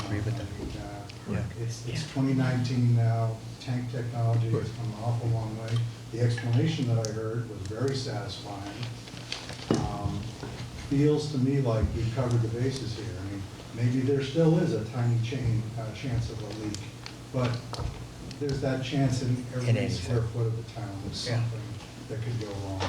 This seems to me like an acceptable risk, even though it's a risk. Rick? I was just going to say, firsthand experience. I work for a company that's in the fuel transportation business, and we have a throughput station in Needham, and we have underground tanks, and we provide product to commercial companies, heating oil, off-road, on-road diesel. And the protocols behind that and the inspections and the paperwork, if there's going to be an issue. So there's a lot of tightness there. There's, a lot of control. You'll have probably some sort of Vita-root system or. Exactly. Right? And so there's alarms and all that. So I'll just echo what Walter said. I think the risk would be very low. Thank you. And you would know if you do have a. Absolutely. concern. And if I may, it's tonight, Wednesday, so on Monday, you had indicated that, that the double wall technology and the die, and if it shoots up within the station. Yep. That an alarm goes off. Correct. But you also said that goes directly to the fire department? It goes, I don't know the logistics of who it goes to, whether it's the, There's a panel inside the gas station as well. Yeah. And it's, I believe it's monitored. By the- monitored. That is a separate company, a third-party company also monitors it. So a third-party company, kind of like your alarm at home. Exactly. will- like a central station. will then call the fire department saying, we have an issue. And is that how it works, or? That's how it was presented. I'm not the expert. Steve was there. It was 11:30 at night, I think, after the solar deliberation, but I don't know if you. I don't know that code, I'll be anything honest, I don't know that code off the top of my head, that's something that I have to do some research on. Yeah. Certainly, Okay, fire that- alarms will go off, the suppression system. for the- Suppression system. Not for a fire. And all that stuff. This is just for, No, I'm saying those would definitely be tied in to a system that would Yep. automatically notify us. yeah, As far as a leak from the tank itself, underground, yep, I'm not sure if that is the case or not. yeah. Or if it is, if it would have to get to a certain threshold Level. before it did get to notify us versus the attendant, I guess that's where my comfort level sways, whether it's an automatic, someone else knows, or whether it's up to, no offense to anybody who works in one of those stations, relying on an employee to actually make that phone call. No, I can assure you, that question was asked. It is an automatic alarm that will go to, let's just call it a central station, whether it's the fire department, the DEP, a third-party company that Cumberland Farms, or any gas station for that matter, contracts to. And then they disseminate, okay, we have, the diesel tank is showing a leak. Something. And then, they've got procedures where they go out and do what they have to do. It's my understanding it's similar to a house alarm where if something goes off and it's not shut off instantly, they'll call. So even if the clerk doesn't see it on the alarm panel that's right there, they'll call and But find they're out. calling who? Probably the fire department. They're more than likely calling the store, but again, this, you can't, I'm not the expert on it, but I'm just relaying what I learned. As far as the leak detection, the double-walled tanks, there's a solution in the middle, what's it called? A brine. Brine solution, that it's monitored constantly, and if there's any drop in that, the system shuts down, and that's when the alarm goes off. They said that there is more potential for a car hitting the gas pump than anything like that to happen. But the steps, and he literally, I mean, this is what took quite a while, but I'm glad he did. He went through step by step where the gas goes in, where it's held, all the steps it takes through the whole system. And there are checkpoints everywhere where if anything's off, it sets off an alarm at any of the, it seems like 100 different stages, so. Aaron? So, Mr. Chairman, it seems like we're now, again, sort of entering these treacherous waters of debating a project versus a zoning thing, a zoning debate. And while this particular project that Mr. Cohen and the petitioner is trying to accomplish, as he explains, has very strict safety regulations applied to it, the zoning, it looks to me like the zoning bylaw, or the change being requested to the zoning bylaw, is simply to allow underground tanks without any specification as to safety requirements.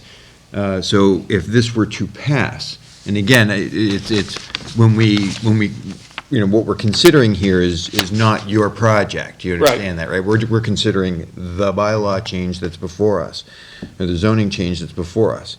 So it would allow someone to put perhaps an unmonitored underground storage That's not how I tank. read it. No. Am I missing that? So he still has to apply for a special permit. permit if the bylaw passes. Yeah. It would still come So to the us. planning board would have. But if you read towards the the end ability to of the deny the special amendment, permit if it did not it meet. clearly says it has to conform to Mass DEP standards. Yes, it That's what does, this- MADEP. Yeah, Most certainly. In the life safety. So they would not grant a special Yep. permit. And that would also go through the If it Department did of not Fire meet the Services safety. at the state level, and they would come down and Okay. inspect that. Yep. So if I think- this were to Our permitting pass, process is pretty comprehensive, so. okay, I believe the fire department, do you issue the permit for the tanks, or are you just an inspector?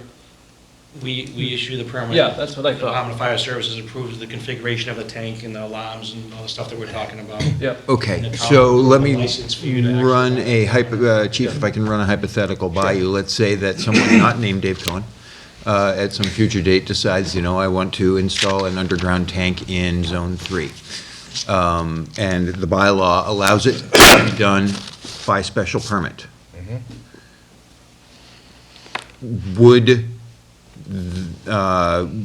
all of the safety mechanisms that have been described to us be required by you or whoever is making the decision on that special permit for that to be allowed anywhere in town? Yeah, so the zone doesn't really pertain to us, but as soon as they wanted to put the tank in, one of the first things we looked at, what the product is, they would go in there, and what the capacity of that tank would be. And then we reference that versus the code. So for example, any tank over 10,000 gallons automatically needs a land license. Department of Fire Services has to get involved, even if it's water. There's certain things like propane, for example, that's 2,000 gallons, you know what I mean? So it depends on the product and the amount that they want to have. So then we determine if they need a license, if it has to go to the Department of Fire Services, and then they would submit their permit application to us. We'd sit down and we'd review specifications of the tank and compare that to what the code requirements are. Right. So, and then we'd also evaluate where it's gonna go and determine if there was any other additional safety precautions we felt were warranted specific to the site that they were doing that at. And then if it's a special permit process, our fire prevention people would make that recommendation to the planning board at that time as a condition of their permit, even if it wasn't in the code potentially. Do we know if the code requires safety mechanisms? The code requires a whole bunch of safety mechanisms, specifically which ones and all that. I guess I mean notification Capacities. mechanisms. Notification, the you have a leak, right? Because the danger with the underground tank versus the above ground tank is you don't know it's leaking because it's underground. There is something in there about notifications of leaks, but I can't really articulate exactly what that is and and how it reports and all that stuff without going to reference that code. Yeah. Just that one code's about 3 inches thick, and then there's about 50 other volumes that are referenced through that one, so you have to really lay them all out on the desk and kind of weed through it all based on what you're dealing with, so. Bob? Yeah, I just Googled it. We don't know how to use this stuff. And different companies that install these facilities do talk about their external monitoring systems. Every single one of them talk about it. I believe between the zoning board special purchase, special permitting, and the fire department's interaction with this process, if we can get anything we need. But my impression, reading some of these, every single one mentions monitor systems. Off-site monitor systems. So it's in every single company. Like ADT was one I just happened to look at too. They mentioned it also, so.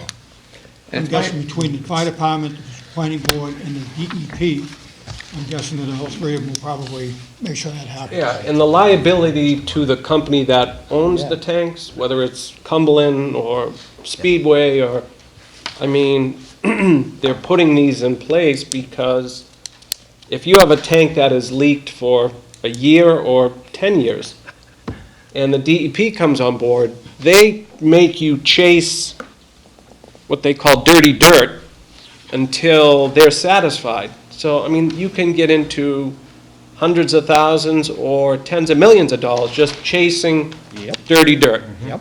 So it really doesn't behoove the companies to shortcut alarms and tanks, and I'm not certain, but I would think they would have problems insuring the fuel underground or the business itself if they don't meet certain standards, because an insurance company isn't going to say, okay, yeah, we'll insure David Cohen Gas, but if you don't meet X, Y, and Z, you know, in a week you could have a leak.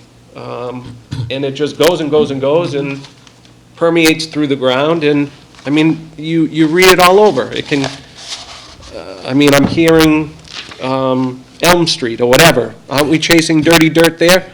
So we don't know what the limits are, and Yeah,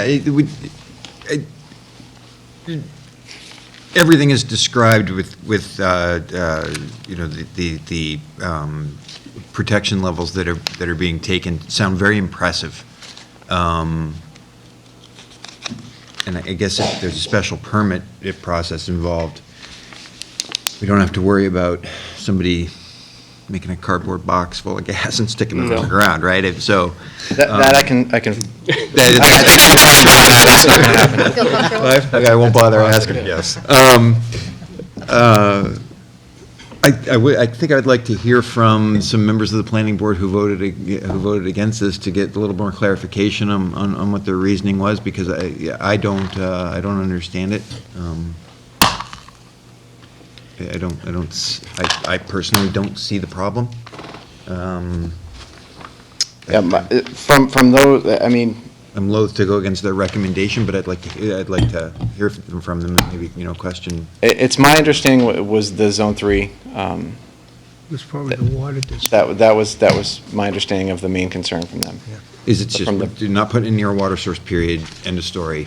To, like, minimal risk, but severe consequences in the case of that very small chance. That's my understanding of it, yeah.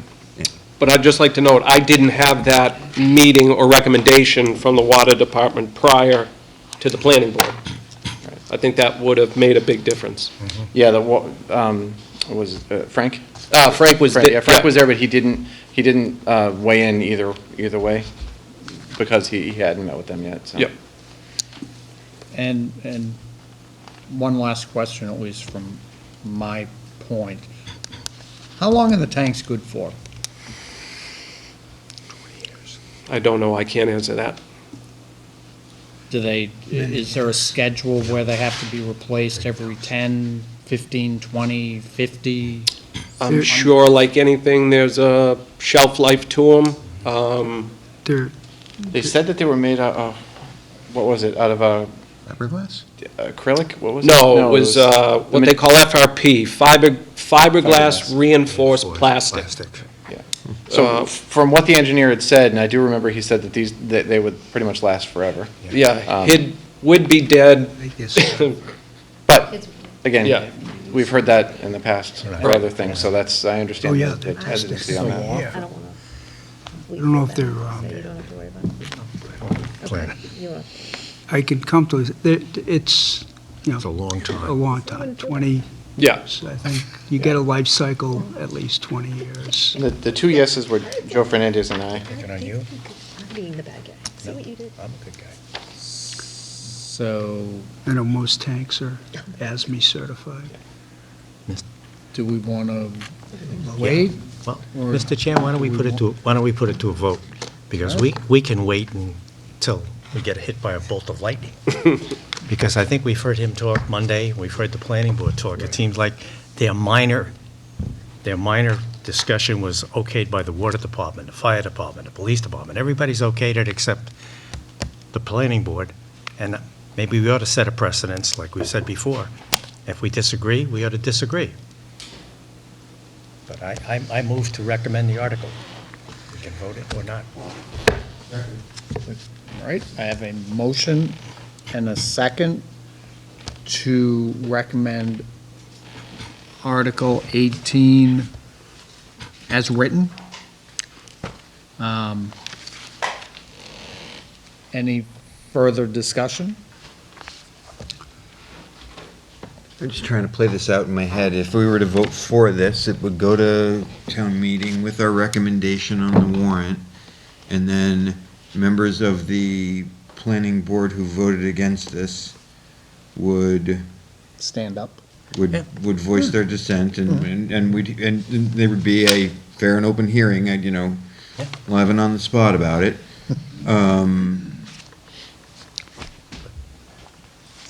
And it'll be late again. Yeah. It's Article 18. But that's true with any article we recommend. Right. Right. It's not this article. It could be the article, four articles before that we said we're not going to I would take action. hope Right, that. I'm wondering if the planning board, if we were to, go against the planning board, do they say, well, then, then what are we doing here? Well, But it. I can speak for the planning board and say that You make a fair point, right? They can have their opinion, we can have ours, right? They can bring I'm it just up. trying to think this through. Discussion. Choose to vote Even against. if we voted no action tonight, it would be the same Or you can conversation. abstain. Absolutely. At town meeting. You want? I'd like to hear that comment if you want to finish your thought. Oh, I was going to say that, no, at the town meeting, I can't speak for the planning board for it, but I will speak personally for it. Okay. And we do have a meeting on the 17th, next Thursday. I don't know if we can get it on the agenda, but if we can, I'll discuss it, and I would like to know the reasoning for the voting no when everybody else voted yes. I think that since Frank has signed off on it, the fire department has, I think that's new information that folks might want to consider, so. So you could potentially recall. I could potentially, I don't want to say definitely yes or no, just because Right. I'm not sure if we're even able to, That's all but, I'm saying. Yeah, I'd like to hear from some people on the no side and, give them an opportunity to sort of, educate me on why they voted no and, what I need to know that I don't know, if there is anything. Town meeting for that. Yep. I think another issue was the tragedy in Mansfield had just happened, I believe, right before that? Yep, A day or so before that. So I think that might have been, I'm just speculating at this point, It was so. on September 25th. Steve was on September 25th. Yeah, and our meeting was the Fuel first. incident, and Somebody I was- control. I think it was, I bet you a lot of ridiculous stuff like that's what had happened. Yeah. He ain't got anything by What do we do with the tank? Yeah, Videos. Yeah, we have a. that might have been on folks' mind. I mean, that could be a reason. So, It was unrelated, but. We may, in fact, which we're wholly against, get new information the night of town meeting at 6 PM from the planning board. Yeah, can I That we speak would for a not minute? want to take Because into consideration. We you, would not want to wait to vote for that. I mean, this decision, for me, for the article, carries a lot of weight with your endorsement. And it sounds like a majority have thought it through and are ready to vote. I mean, you can do that with any article. If somebody says no, We do it all the time. yeah, you just go back to it and say, well, why did he say no? And, I mean, this is going to be the third time potentially, so. But I've thought it through with all the information I've been given from three people who are in favor of this, but I haven't heard from any of the five people who are not. I want to hear from them before I, throw my hat in the ring. And there is, if we vote tonight and we vote in favor, so then it gets printed in favor. Right. We could still, however, we could still get new information should planning board members, show up to one of our next couple of meetings that could sway the vote. So, just like you guys, we can reconsider it. Right. That's right. So, We can bring it up for reconsideration anytime before the town meeting. right. Mr. Chairman, if I may, my intention was not to be 6 PM the night of the meeting again. No, we understand. I know.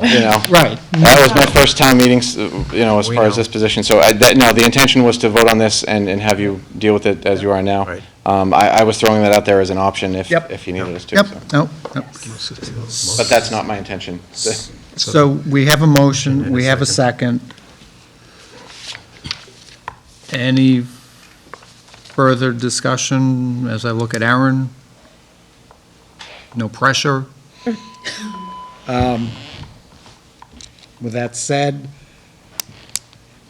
all those in favor of Article 18? Opposed? Abstain?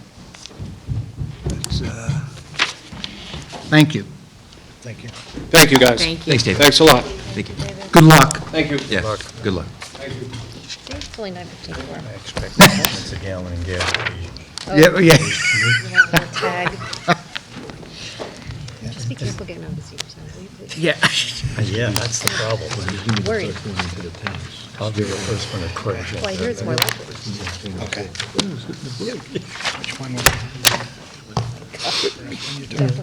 Tell them. Okay, so it's Article 18. That'll fly.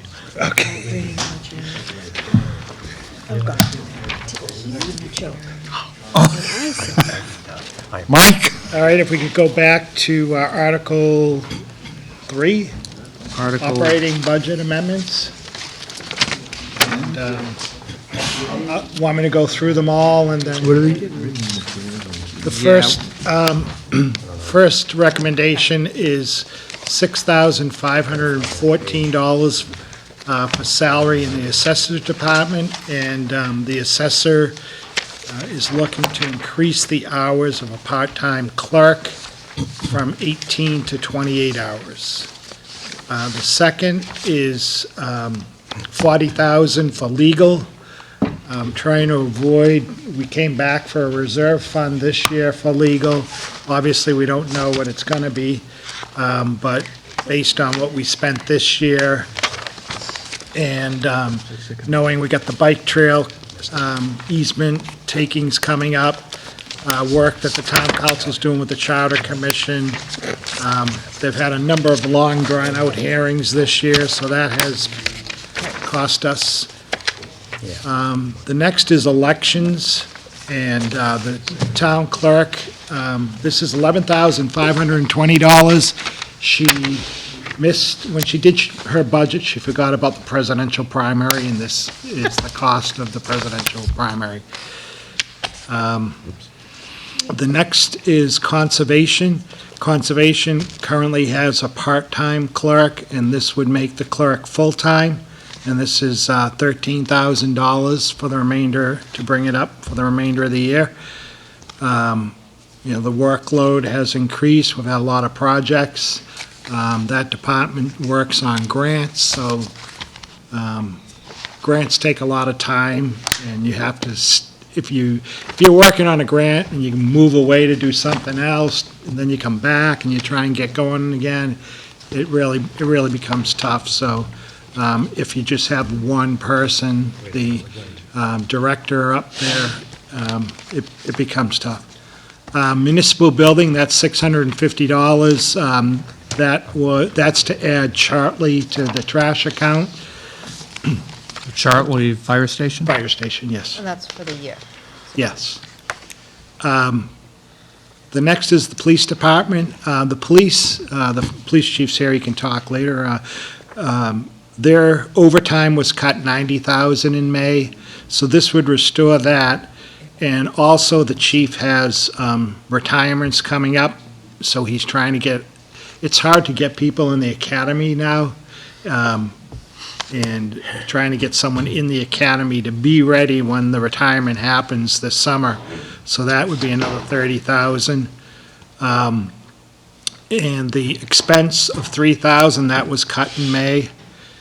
Fire, 90,000, their overtime was cut 90,000 in May, this would restore that. Their expense line was cut 6,000 in May, this would restore that. The emergency medical expense, emergency medical is the ambulance service, and this is for supplies for the ambulance. It was cut 17,500 in May, and this would restore that. The school budget, 305,000. Council on Aging, 4,000. This would be a salary increase for the Council on Aging Director. She's the lowest paid Council on Aging Director around, and she isn't just a Council on Aging Director. She's also the Human Services person for the town, and handles a lot of cases, people looking for housing, food stamps, home heating oil. Her and Estelle do a great job working with the people in town. The library, that's 30,000. The library is very concerned about the balance in their trust fund, and they have a requirement for state certification to purchase so many books a year, and, they have to keep up with their expense, what they spend on the books. And I'm probably not doing it justice, but they're here also if they have to talk. So rather than take the money out of the trust fund, they're looking to a 30,000 supplement. And then the fuel expense, we came back for a reserve fund at the end of the year, trying to avoid that again. Obviously, we'll see what happens. Hopefully, we don't need that. So the total recommendation would be $660,184 from free cash to fund the budget supplements. Bonnie? So the amount here for the schools is 305. The amount he originally requested was 548. There's an email here. Is that math all adds up to 305? It probably all doesn't add up, it's probably not fully. So we took, if you look on the original request, there was an item for 176,000. There's one item for 304,000. 117. One item for 101,000, one item for 117,000, one item for 25,000.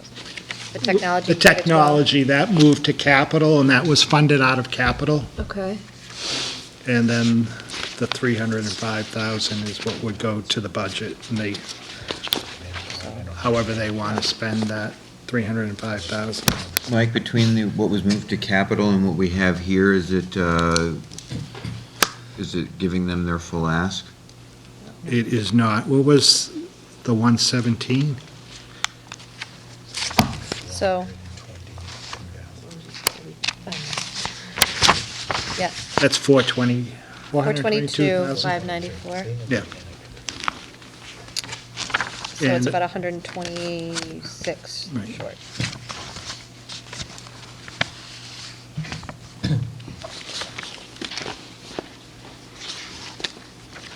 And how do I want to word this? What isn't being funded from what his ask Looks was? like He's curriculum for wellness, special ed, music, art, and reading, K through 9, and 25,000 in professional development. Obviously, they can spend the money any way they want, so they can look at Right. what, We're able to. I'm sure, I did talk to Joe, he said, as long as we get kind of close to what I'm asking for, and, I'm sure they'll be able to fund what they feel is essential. But before someone else asks this question, because I know it's running through several people's mind at the moment. Did any other department get, well, we'll get you as, you know, that was your ask, but we'll give you this, and, Well, I know, I don't know what the library's ask was. I know it was a lot more than 30,000 in May. They're not getting restored to what they asked for in May. And there were, I know Jen was asking for,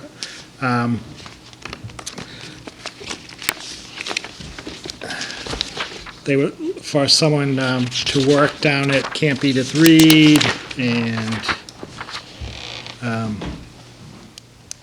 a seasonal employee for caretaker down there, and is not getting funded for that. Steve? Mike, Yeah. on a couple of these, so I think the assessors, you said, the conservation, a couple of these are going from 18 non-benefit type to 28 benefit, right? 28 hours? So these adjustments are only for salary, so where does the benefit adjustments come in?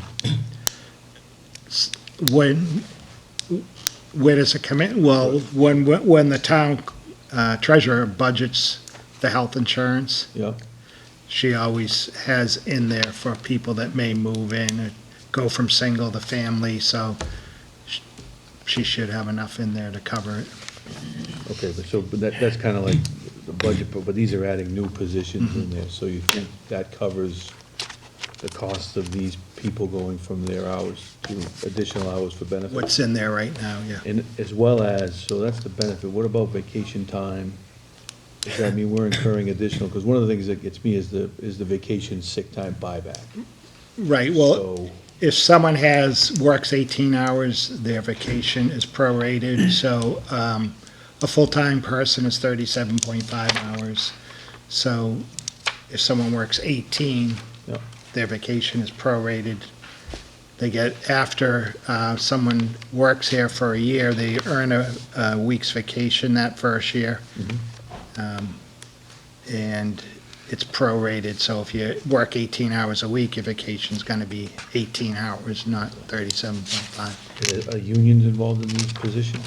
They are, So is there allowances for clothing, is there, not for clerical, no. not for, not other than steps, and I wouldn't factor into this time, Right, but. no, just the sick time, which they get now prorated, Okay. vacation and the personal, it's all prorated if you're part-time. So, kind of going off Steve's question, though, how much cushion is really built into that original benefits budget that we can handle X number more people? I know she always leaves in there for at least 10 people, 10 extra family plans in case someone switches from single to family. We get a new employee, and the previous employee wasn't on the health insurance, so she always leaves that. Okay. Rick? I was just going to go back to the library. I know your presentation in the spring was to, a good amount of your request was to try to get those hours up. Which we did. Right. That was in the paper too. And, right, and that really was that was able to contribute from the state, more aid for the library. If you can.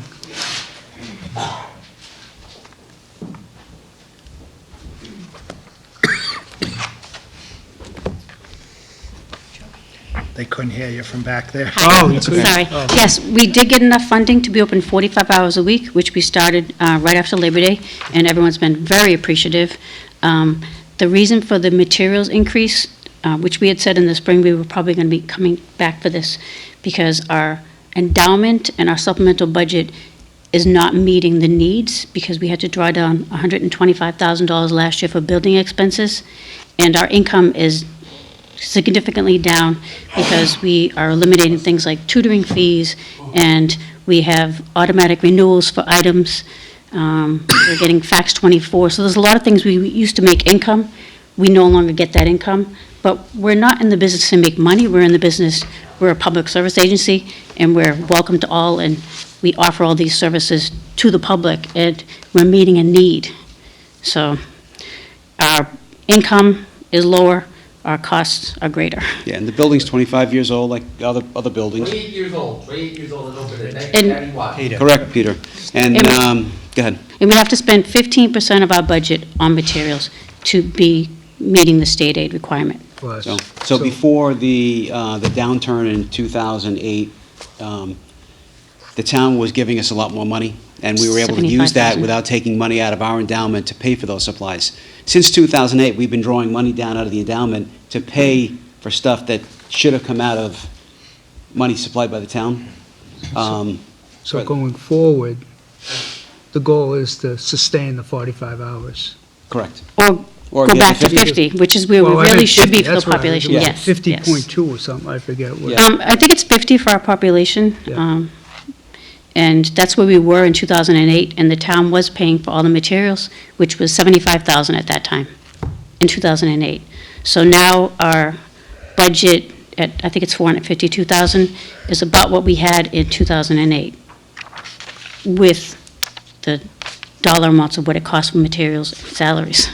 So in the perfect world, and zero isn't an option, how much of that endowment should you or do you want to spend annually? We've already drawn down the $65,000 for this year. So each fiscal year, we draw down a percentage of the interest of the endowment. And then when we need extra, like last year, we ended up borrowing, This year. whatever, yeah, twice. So it was $125,000. That was an anomaly. The treasurer was very nervous about this, and we don't want to have that happen again. So is 65 like a normal number? It's a formula that the Yeah. state gives them, and it says you have to take this much money out of the endowment each year. Yeah. So we take out the amount that the state requires us to take out. Some years we have to take out a little more. This year, we happen to take out more than double, just because we did improvements to the building. Yep. Yeah. How much is in that endowment? 1.2 million. Yeah, 1.2. And it's supposed to be in perpetuity, so they gave the library $500,000 way back when. when it first The opened, Balfour Trust. brick and mortar, And yeah. we've, drawing down this money every year, we've been able to make it grow. So we've done pretty well, and it is lasting us, so. Over the course of the life of the building, we spent over $500,000. Oh, well, yeah. Improvements over the time, getting ADA compliant, fixing things that break over time. Right now, we put an alarm system in, we put a security system in to bring things up to date. The HVAC, we had to cough up a little bit of money for that after the town paid most of it. So it just, things break.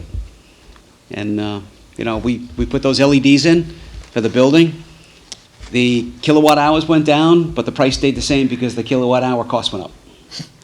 But So- our supplemental budget pays for payroll, audits. The audits are like $9,000 or $10,000 a year.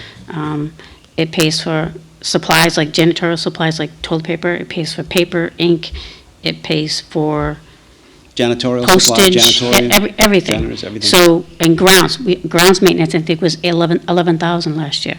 So we did just get a donation from Northeastern Savings Bank for $3,900 to assist us with some major upkeep we had to do. So there's a lot of things that people don't realize that we have to take on in that supplemental budget. The town pays for salaries, it pays for membership fees for our network, it pays for a little bit for computers, it pays for, and materials, which we were cut in 2008, and we've been slowly building back, so we would love to be back where the town is paying that, and we can use that money that we have from the endowment and all the donations and grants that we get for the other things that we need, like programs and updates, so. And I can give you, I have statistics of all the increases. It's been amazing what we've done this past year, so. Great job. Thanks. It's been a And good year. It's a public building, so some days you have 50, some days you have 300. And if something breaks, you have to fix it right away. You can't put it off and try to fix it yourself later or something. It's got to be done, especially for the safety of the patrons. Yeah. Great. Okay. Questions? Thank you. Okay, Thank you. thanks a lot. Thank you. Thanks.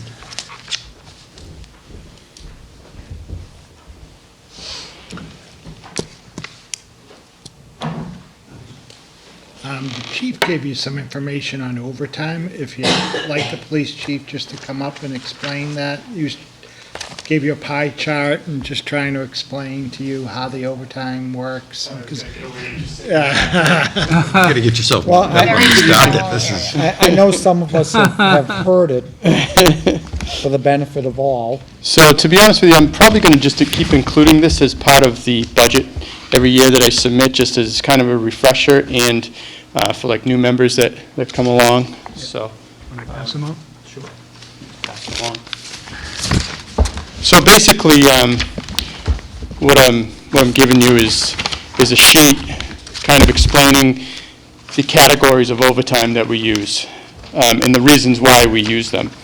65% of our overtime is vacation, personal, holiday, and sick time. Backfill to maintain 3 officers on the road, which we've done for 25 years. The comp time and miscellaneous, that's just a wide range of a whole bunch of different catch-all reasons. It could be, backfilling military leave. If somebody's held over for a late call, the overtime that's increased, that's there. If we order somebody in for an emergency or a storm cover, if we transport a prisoner to the House of Correction, there's kind of a whole lot of different reasons. Community policing, sometimes we do some backfill for community policing, but that's only about 15%. Training, it's funny, I hear like a lot about mandates and things. If we don't train, that's going to cost the town a lot of money at some point in time. Whether it's firearms, taser. Certainly in the last couple of years, we've run into the mental health, the opioid crisis, active shooter incidents, use of force, less lethal. There's a whole bunch of aspects there. Investigations, which is only 5%. That's for detectives getting called out for sexual assaults, serious assault and batteries like stabbings, other like drug cases that they do an investigation, things like that. In court, something we really have no control over is when they're summoned to court. So, like I said, I'll probably include this as part of the whole budget packet so that when you get it, you can review it and look at it. But on the second page there, what I did is I broke down those accounts for last year, FY19, what we spent in each account, and then what we spent over the last 2 years prior to that, FY18 and 17, in overtime. And you can see, it's increased a little bit, but it's really been pretty flat for the most part. It's still a little over $400,000 for the 3 years. So FY20, I showed you what we requested, the 457.5, what had been recommended in the spring to show the difference. And then the amounts there is basically what we've spent so far to date, the first quarter of the year. So the pie chart's just kind of one of these active show and tell type of things that really kind of break it out for you to show where the money's being spent. So. Aaron? Chief Clark? Yes, sir. Over the past 3 years, we've spent, about $425, $430, $430,000 a year on overtime. I'm reading that right? I'm wondering when it becomes where's the line where you go, okay, let's just hire somebody? That was 3 years ago. And then what did, I'm sorry, and then does that make a difference? Well, we did that about, they kind of came back into, became full-time officers last year. Beginning of last fall, we hired 3 new people, so they became full-time last fall. So we haven't really enjoyed the benefits of that. But what that did do is made sure that our overtime doesn't reach $700,000, $800,000, which has happened to other departments in the past. I think I showed Bill when he came over an article from years ago about that. But it's also added offices to the road. So we added those 3 offices to shifts. So now we're staffing 3 shifts, days, 4 to 12s, and a swing shift, which is a split shift. They work 2 4 to 12s, 2 midnight to 8s, at 6 offices. So the first 2 offices that are off, say a training day, vacation day, we're not backfilling that. So there's a savings there. But when that 3rd officer is out, say he's out sick, we do backfill 1. So I think I might have passed out something similar to that last year as well. A little PowerPoint presentation, I actually have it here, that I could show you on what I mean. I could get this to all of you at some point in time, but just because you asked. So this is, the 3 shifts. We have a desk officer, a supervisor, and then we have 2 cars on each side. So say if one officer goes out, we have 2 cars, a center car, and a supervisor, 1 on the desk, and we don't backfill any overtime. But then if somebody else goes out, we have 3 officers on the road, but these 2 officers are out. This still doesn't require any backfill of overtime, unless these people start to move out. I don't know if that's easy to understand, but when there's 3 people are off, we're backfilling 1. 4 people are off, we're backfilling 2. How do you change that? That has to be changed contractually. That's outside of my realm of what I can do. Okay. Okay. So I would guess that at the end of the day, kind of common sense and experience would tell me that if you had all the officers in the world, you still wouldn't get rid of all the overtime. There's some of it still just circumstantially going to be needed. There's always going to be overtime. I think one thing we're struggling with is, the question that you're asking is, what we're not doing is we're not filling the shifts to 4 officers on the road. We're filling to 3 officers on the road that we have for 25 years. And we're that much bigger 25 years later. Yeah, that's what we're not doing. So if I asked for say I asked for $140,000 in overtime, that additional $50,000 maybe we could use to backfill to 4 officers on the road. We could also, get another $60,000 or $70,000 to hire 1 police officer that would allow us to do that. But, where's the money coming from? That's the question that we always ask. That's the question is I think, and there is a good answer for this, and I'm just looking forward to learning, is why doesn't a $60,000 police officer equal a $60,000 cut in overtime? Or more. Because. Or more, if it's, yeah. Because we're still maintaining 3 officers on the road. It's not going, it's just not going to. You have an extra officer. It's not going, but we're still backfilling. It's not going to equate to that $60,000 though. It's not cost effective to hire just that 1 officer to backfill just to 3 officers on the road. Because we're just not doing it. What would be beneficial is to add the officer to increase the amount of staffing, which will still require that amount of overtime. So that you would start backfilling to 4 officers all the time. So we won't see a decrease in the overtime levels because even though we've staffed up, we would start backfilling to a 4-officer rotation instead of only a 3-officer rotation. I think the other issue becomes, so we have 6 officers on those 3 shifts. If we add a 7th officer to say just a 4 to 12 shift, we run into a span of control issue. We have 1 sergeant for 6 patrolmen. The town's only so big. Trying to direct people to do things, we are what did they say? We are the 2nd safest community in Massachusetts. Congratulations. But, I mean, the span of control and how you're gonna break down, like right now, basically the center of town, Route 140, we break in the middle. We have an east side and a west side car and a supervisor when we have three offices. We also split it, if we have 4 offices, we can split it with 2 on each side, north and south sectors for each of the west and the east. We can also have a center car. But what are we gonna do with that additional body? It just doesn't, the functionality, the direction, it's just, adding in new cruisers, we're gonna have to add new cruisers, so there's a cost with that. There's just, Yep, so. thank you. Thank you, Chief.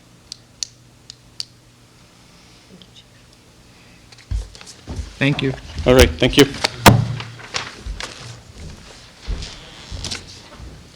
I don't really need to know any of that, I'm just playing with Tom at this point. Oh, wow. Do not do that when I'm sitting between you. Tom falling asleep over there? No, Yes. I'm wide awake. Bonnie's kicking me under the table. That did not happen. Keeping me awake. That did not happen. Steve did it. Yeah. So, any more questions surrounding Article 3? Do we have to vote every article, every line item? We have to vote every line item, or just the article? You can say as. As written, as presented, Yep. So, which makes it way easier for you, Tom. Well, I'm just going to make a motion for the amount, and then we can put it to a vote. Mr. Chairman? Hold on. Amy? I'm just wondering if we have any opportunity to get the schools closer to the number they've asked for. I don't know what our balance is in free cash. They're within 125,000, and all I can say is, I just want to remind you, they got 1.1 million in May, and just to think about that, Mansfield Schools got 1.2 million, and their budget's double what our budget is. They have a $51 million school budget. So, they got $100,000 more than our school, and ours is half their size. So Our budget's half their size. How many students do they have? a lot more than, I'm sure they have a lot more than Norton does. I don't know the numbers offhand, so I can't. But, I mean. Well, it's not about percentage. No, it's really not about comparison. It's about, this is what they say they need. And we're giving pretty much everyone else what they say they need. And if we have the money available, why would we not give them what they need? So, let's backfill that. Excluding this, but including everything else we voted for, where is free cash? How much we have left if we spend the 660, 180? We asked for that amount. There are 3,900 students. Did we ask for that amount? Wow. Yeah, but that's not double hours. Well, we were holding 600,000 for next year's budget. Say again? I know we were holding 600,000 for next year's budget. Yep, we do that every year. Yep. Yep. And No. $461,904 unappropriated This is from Monday. for snow and ice and any other things we may need in May. So that's $1 million. He says 161,000 after we spend everything. If we approve this, we have 161K left. I remember. Did I understand that? Mike, you said we had 161K left if we approve the 660, 184? 461. Say that again. 461 or 161? For free cash? What's left in free cash? We have the 600,000 that we're holding for next year's Right. budget, and then 461,904 unappropriated. Okay, 461. You got it. So what was, to your point, Amy, what's the what was the shortfall It's $126,000. out of 461 unappropriated? Yeah, it's 125,530.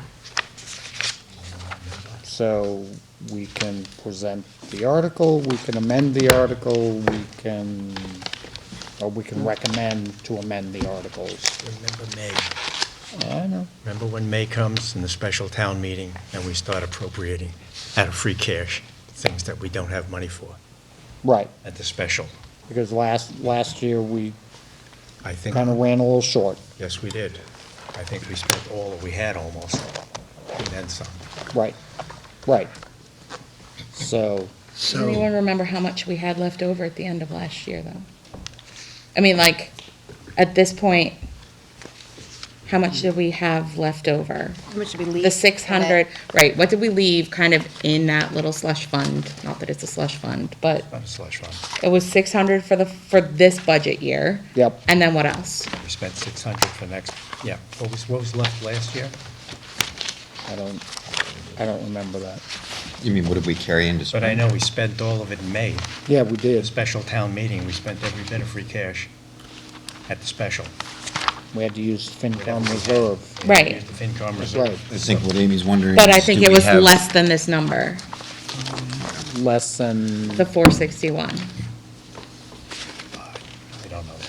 I don't know, 380 There- something there is sticking was- in my mind, but I don't Might remember stay. for sure.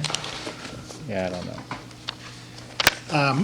Well, I'm just gonna say, when you're talking about 125,000 in the budget, the size of the school departments, it's a small percentage. And I know Joe said anything that was close. If you hold that money and it's unappropriated, as Tom was saying, I mean, I would hope that without that 125,000, they have more than enough to get through the year. But we could hold that, and if they needed something in May, we could come back and appropriate some more money. But I would hope with what they got last year, and with this extra 305,000, it would be enough. It was really 424,000. What's that? It was 424,000 we're giving them. 305 plus what we took out of capital. Oh, 117. in capital, yeah, Yeah. yeah. Yeah, I'm just saying what the It's difference is between what they were. Yeah. And if we wait till May and they need some more funds, we could appropriate something. We'd have it, unless we have a severe winter, but we should have it. And 125,000 on a 20 whatever million dollar budget is a small percentage compared to, Well, Right, but 125,000 out of 548,000 is a big percentage. it's not, I 458. wouldn't think of it under as 500, I'd think of it as out of 400 something thousand. 458, I think it was. They got, they were proposing 500, whatever, and 117,000 of that was appropriated in capital. Right, And they got 305. That comes out to be So- 424. We have that. 430,000, 530 would be the balance. And there, I'm recommending 305,000, so the difference is 125,000, 530, whatever. Out of the size of the school budget, that's not a big percent. And I would hope they could survive without that. If they needed it, they can come back in May.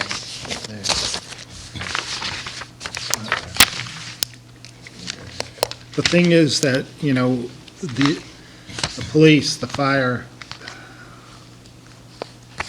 we always held back on fully funding their budgets until we knew what free cash was, so we could fund them in the fall. And the schools never came back in the fall until the last few years. So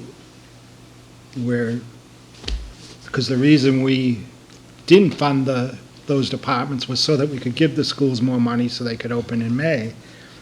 But I don't really want to get into that, but, you know, this is a small percentage when it comes to the size of their budget, and Well, in a budget where they can move things around any way they want. Mr. Chairman? Tom? Why don't I move the number, and then if someone wants to amend it, they can do that. This way we can get it on the floor. Mr. Chairman, for Article 3, I'd like to move the amount of $660,184. Allocated as written. Yeah, he said I don't have to. We have to say as presented. As presented. Yeah, okay. Yeah, from free cash. I'll second. Have a motion, have a second. Any further discussion?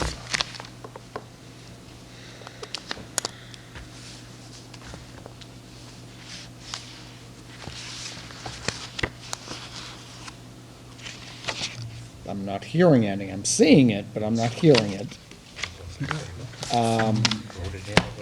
So take a vote. All those in favor of Article 3, the $660,184 divided as presented, please raise your hand. Free cash. From free cash. That looks unanimous. Okay. Just on, the next article would be Article 10. I know this came up, we had some guests at your meeting, at the last meeting, when this came up. So I just want to make sure you had, as part of this article, I know the selectmen had asked for information on whether the buildings fit on the property. And, that's just a sketch that the architect had prepared to show that.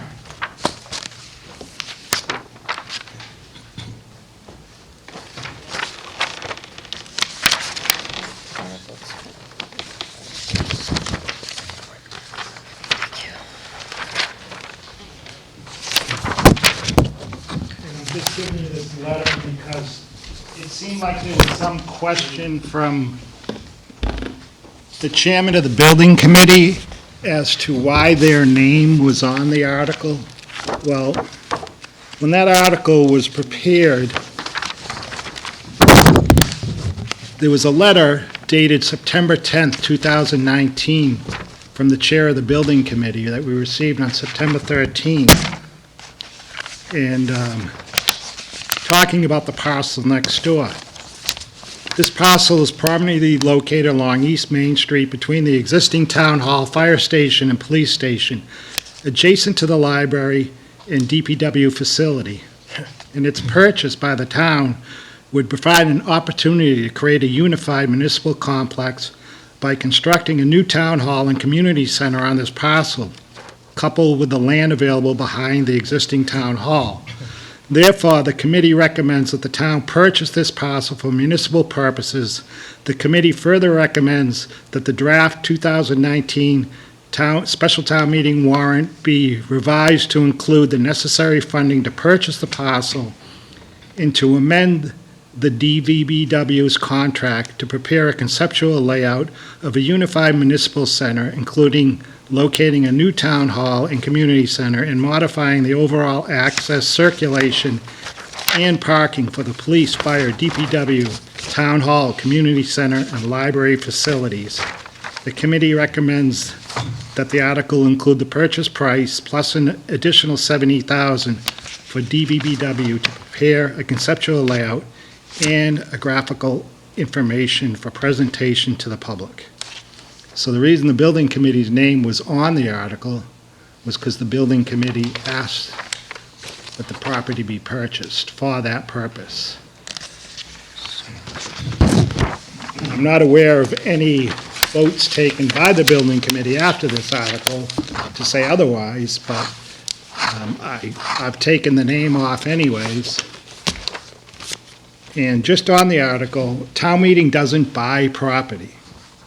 So the article And the vote at town meeting would only give the selectmen authorization to buy the property. Doesn't mean the selectmen will buy the property. It would just mean that then the selectmen could do their due diligence and decide whether they want to buy the property. But, it just, it would be a way, the longer you leave the property. When I first came here, I've heard for years, the town made such a mistake by not buying the property when they could have bought the property back then. And now it's available, and the longer we wait, who knows what's gonna happen.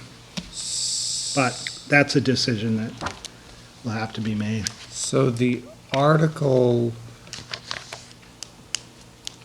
allows the selectmen to do further due diligence, and if they want to purchase it, they can purchase it. Well, the article would authorize the Board of Selectmen to purchase the property. However, it has to be financed, borrowing, or whatever. And then it's only the selectmen can authorize the borrowing. So if the selectmen decide they don't want to buy the property, they don't have to buy the property. So if the permanent building committee comes back and somehow says, no, this parcel doesn't really They don't work? Or vice versa, if the building committee, the articles on the special, they get the money they need to hire the architect to study parcels, and he does that in a month or 2 months, then the land could be purchased. But if we gotta then wait till May again, Rick? Okay. I was gonna say, that now, does the owner still have the latitude to go move with other parties at any time? does who? In other words, who owns the property now, he can keep on moving forward Right, to, unless we get a purchase and sale, but. would you put a P&S together? Or, I wouldn't lock up the property unless I know for sure Right. that the town wants to make an effort to look into it. I mean, if I hear that, then we'll look at getting a purchase and sale with him Yeah. with a time frame. yeah, But I got the sense Monday from both the permanent building committee and a few of the selectmen who were there, they were not keen on it. So, Do you know why? They want I to do think more the- research. yeah, I think the permanent building committee wanted to do more research. I think Renee when I think I questioned parking because here it, looks kind of tight. 70 spaces on there, but he hasn't shown anything on the other. I mean, there's obviously parking on the other parcels. Exactly. So I'm conceptually seeing what I have, and I already know that the community center is complaining they don't have enough parking. Well, the parking that's currently here would not come close to servicing their needs.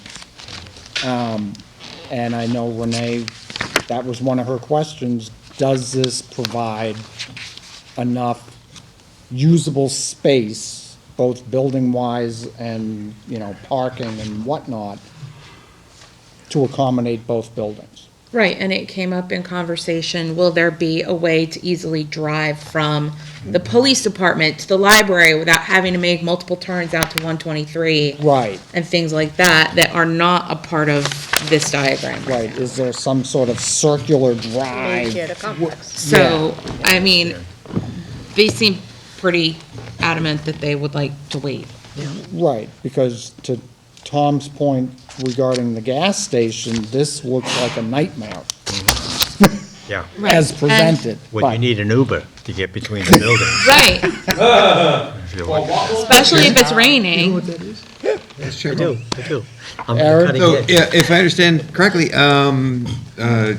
if this article were approved, it would just give the Board of Selectmen the option to pursue purchasing this property if, after further due diligence, they decided that this was something they wanted to do. Whereas if this article were not approved, they would not be able to if they found out down the road, oh yeah, maybe that is a good idea. So, it's not committing the town to purchasing anything, as Mike stated, right? This is just giving them the option And with a, to with a consider cap, it. with a cap, say, I think it's a cap at $1 million, nothing more Right. than. So they can't spend 1.7 billion on, you know, the property, right? You know, it's, I just throw out a crazy number to make the point, but, you know, it's. What do my it's- taxes go up to then? It's, Quick math. $1 million, where this is capped. So I don't see the harm in passing this and giving the Board of Selectmen just. The abil- flexibility. The flexibility and ability to consider this property. Exactly. Which they don't have at all if we don't.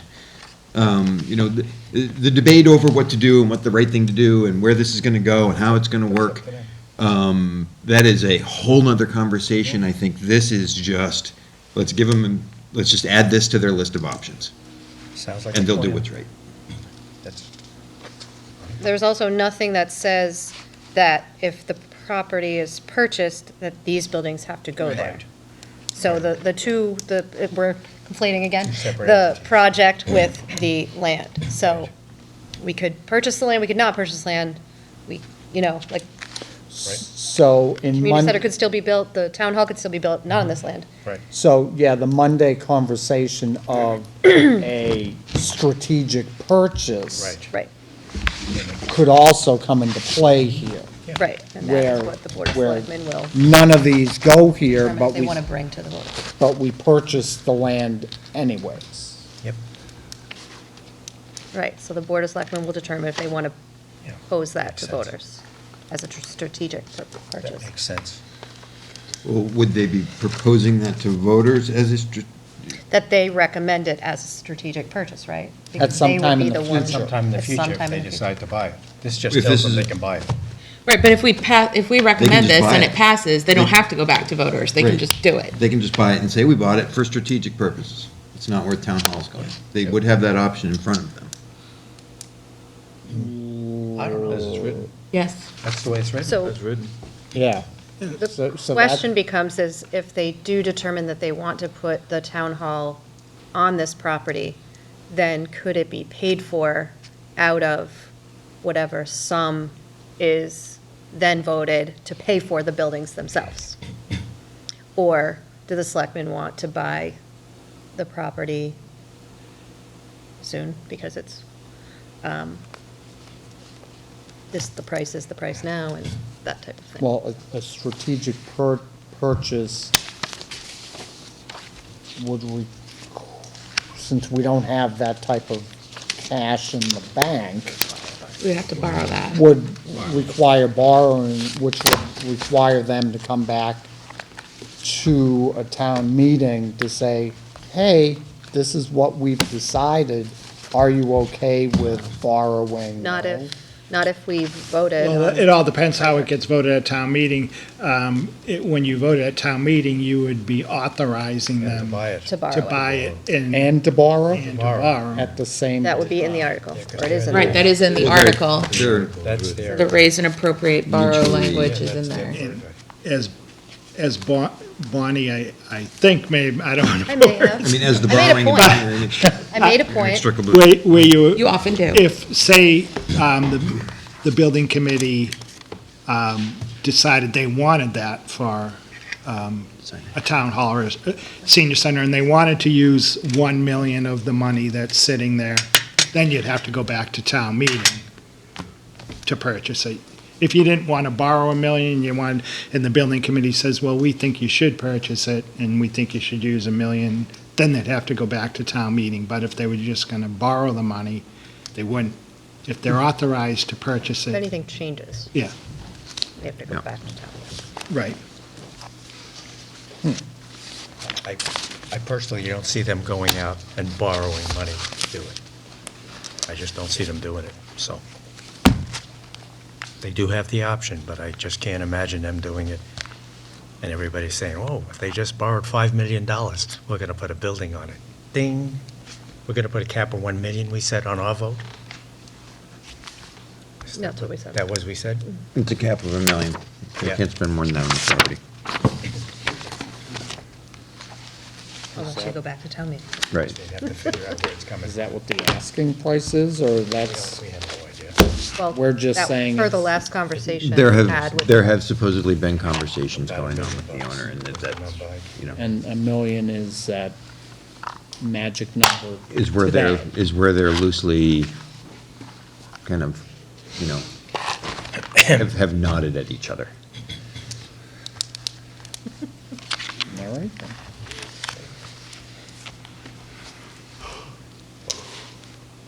See how we vote.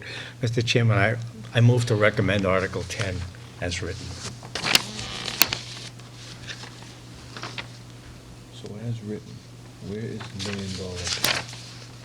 Would a, oh, It doesn't say a million. I don't think I can we, I don't think we can amend the article to add money value to it, can we? I don't think we can put $1 million on it And you could say in our motion. for an amount not to exceed, yeah, I Okay. don't see why you couldn't do that. Then I'll retract I recommend Article 2 with a statement that says not to exceed $1 million. So Article 10, 10, not to. Not to exceed. As written. as written, Not to exceed $1 million. $1 million.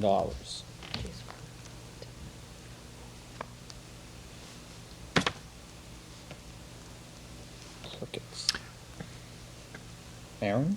Mike, why isn't the dollar number in there? Why don't we write that dollar number into that article? In the article, because when we write the warrant, like if you go through there's a lot of articles that just say there isn't a dollar amount. Right. Why? It isn't done until you make the motion. It just will say to borrow a sum of money or, What's the harm in adding that so that it's just stated clearly in the article? it can be put in any article if you know the amount and how it's gonna be, purchased or whatever, yeah, you can put that in. But in this case, like, we came into this with the understanding it was $1 million, right? That's not an arbitrary number that we plucked out of the air. That was the number, right? Right. It's just kind of not even written in the article, but somehow we all knew that, Yeah. right? So why not just have it in there already? Right? Just because when we were first doing the warrant, we didn't Okay. want to put Have the number. a commitment. So, like, because what we're reading is a kind of draft that just hasn't been updated with a final number yet? Yeah. Yeah, thank you, Bonnie. You're welcome. Okay, Amy? all right. I feel like waiting on this might be the way to go, only because if during the course of negotiation, we end up at 1.104 million, then we have to go back to a special town meeting. At which point, why don't we just not recommend this, table this, no action, and wait and have a special town meeting when we know what the actual amount is? We do know 1 million is the, That's the actual amount. Right, we have, the very informal and unofficial, for all it's worth, as I understand it, So as I, handshake, if you will. as I sit here and the selectmen have not voted on this yet, this is one of those where I'd want to wait, and I'd almost be okay, be forced into it. This is one where I'd be okay, 6 o'clock, a week and a half from now, to take a vote. I agree. I'll withdraw my motion. yeah, it's an either or. Will we have I guess by that point, we certainly Yeah, will. they Any meet, chance the before selectmen then? meet on the They're meeting on the 17th. They meet 17th. next Thursday, so they're either gonna, no action it themselves, Yeah. or they're gonna Right. vote one way or the other. And they're the ones who know more about Right. of their Yes. intentions than we do. So, Mr. Chairman, I withdraw my motion and change it to no action at this point. have to comfortable vote on with that, that, right? yeah. We just don't need to vote, we don't have to vote on no action. We No. just don't vote. Well, we do have to vote on no action. Yeah, we have to We vote have on to no vote on action. Because it's going to be Why can't printed. We can Table leave it it. blank. Yeah, we're just tabling it for now, aren't we? Oh, Waiting you for the- mean Well, because he's the gotta- warrant has to be He's got to have printed? the warrant completed, he's got to have all our recommendations or not recommendations, we Right. can't leave it blank. We got to have something. So it's a vote or no action.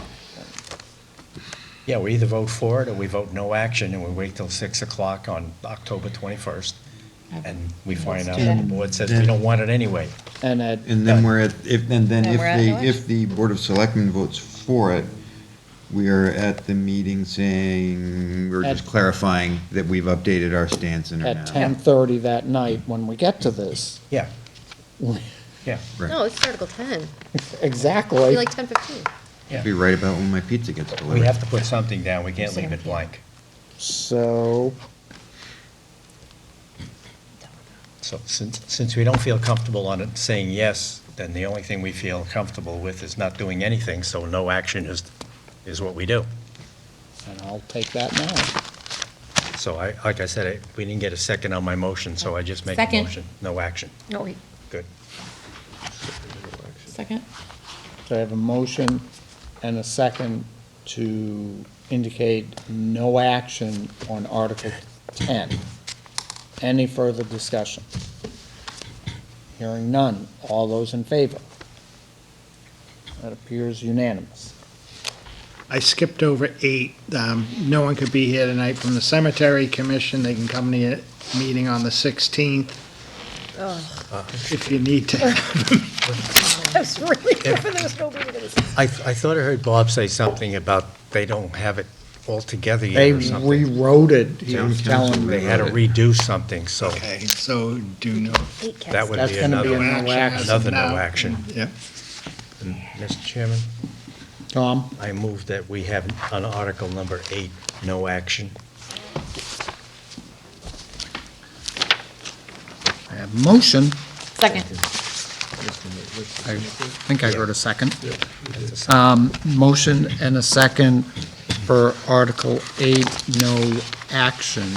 Any further discussion? No, per Tom's comments earlier, this is a textbook case of no action. Hearing none, all those in favor? Unanimous. Then the only thing left is Article 19 on the warrant. Take no action on that.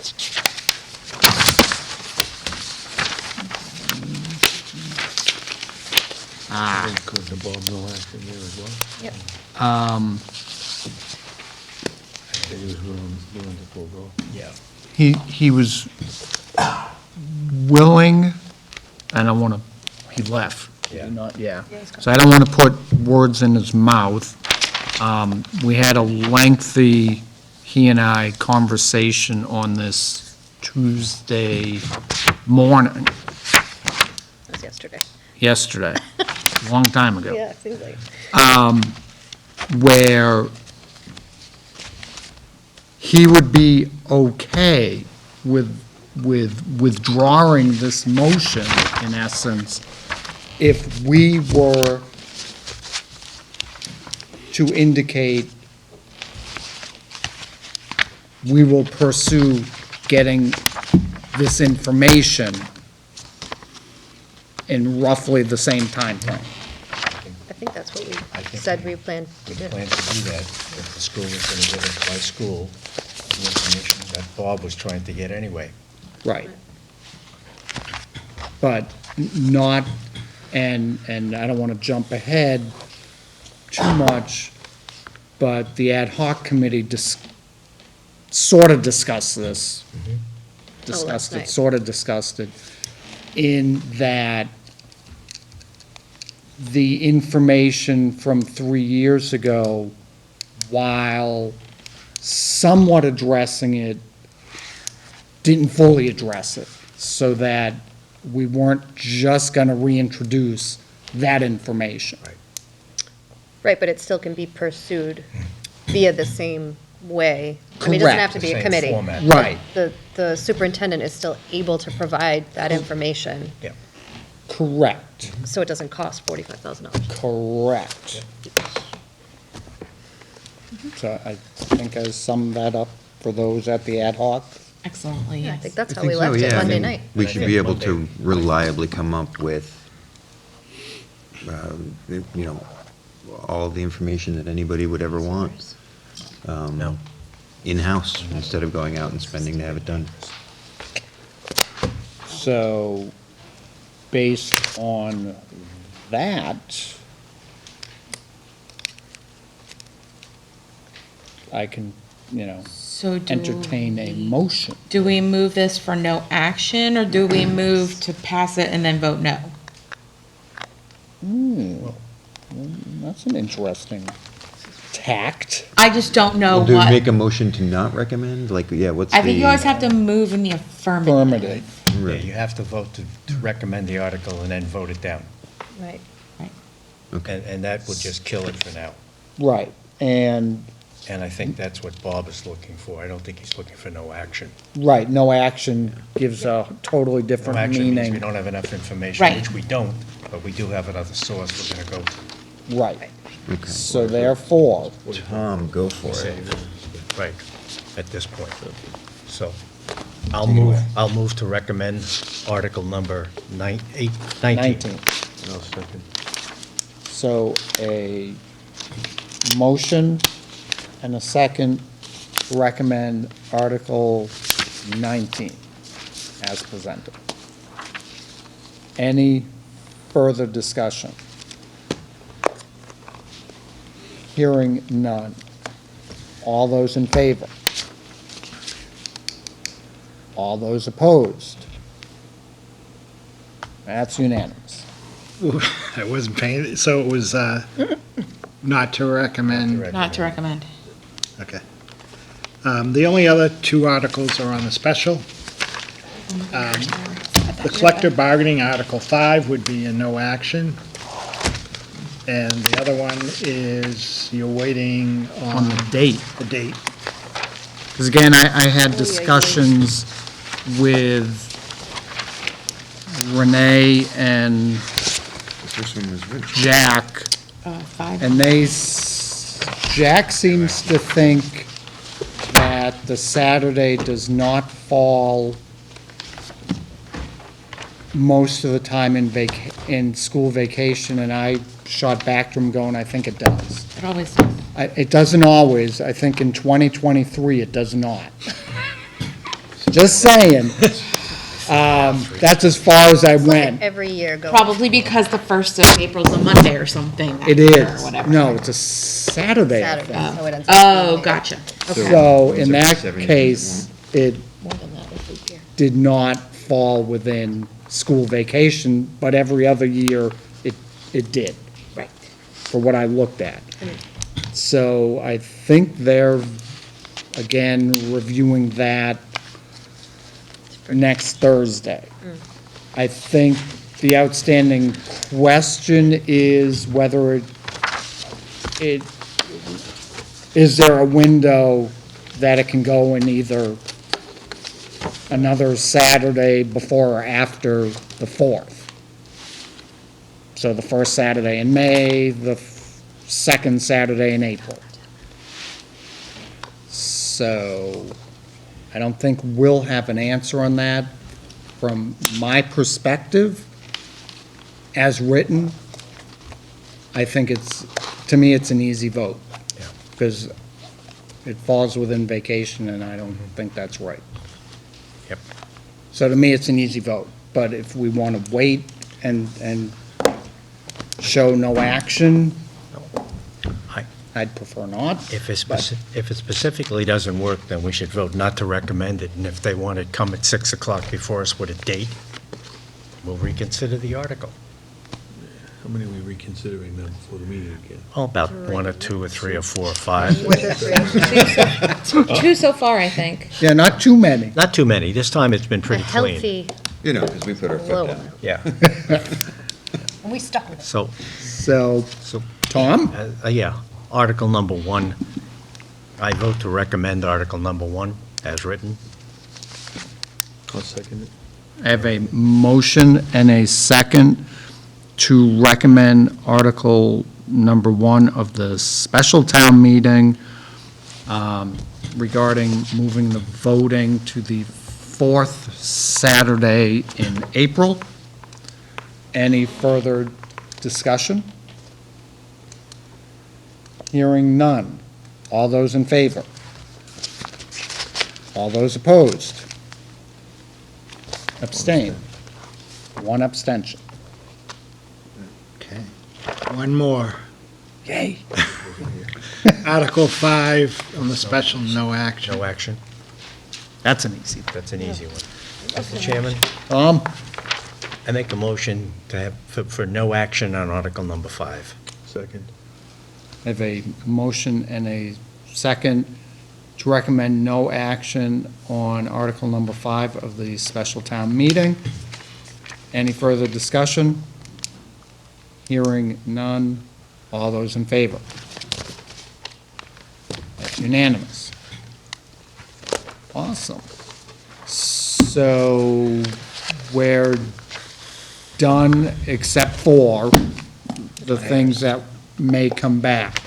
So you really don't have to meet on the 16th then, right? Yeah, because nobody's going to. Because the selectmen don't meet till the 17th. Right. We got a couple things that are waiting for that. And the cemetery people aren't going to be ready by then. Right, Right. The cemetery. absolutely right.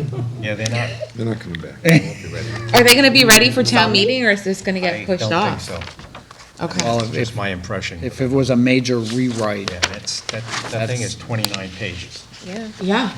It's a we big- noticed. Yeah, it's big print. That's what you were reading that night, Big bold right? print, yes. so then it's 6 o'clock on the Monday? Residents aren't going anywhere. Sounds like a plan. All right. 6 o'clock Awesome. on the 17th. Thank you, Mike. Okay, thank you.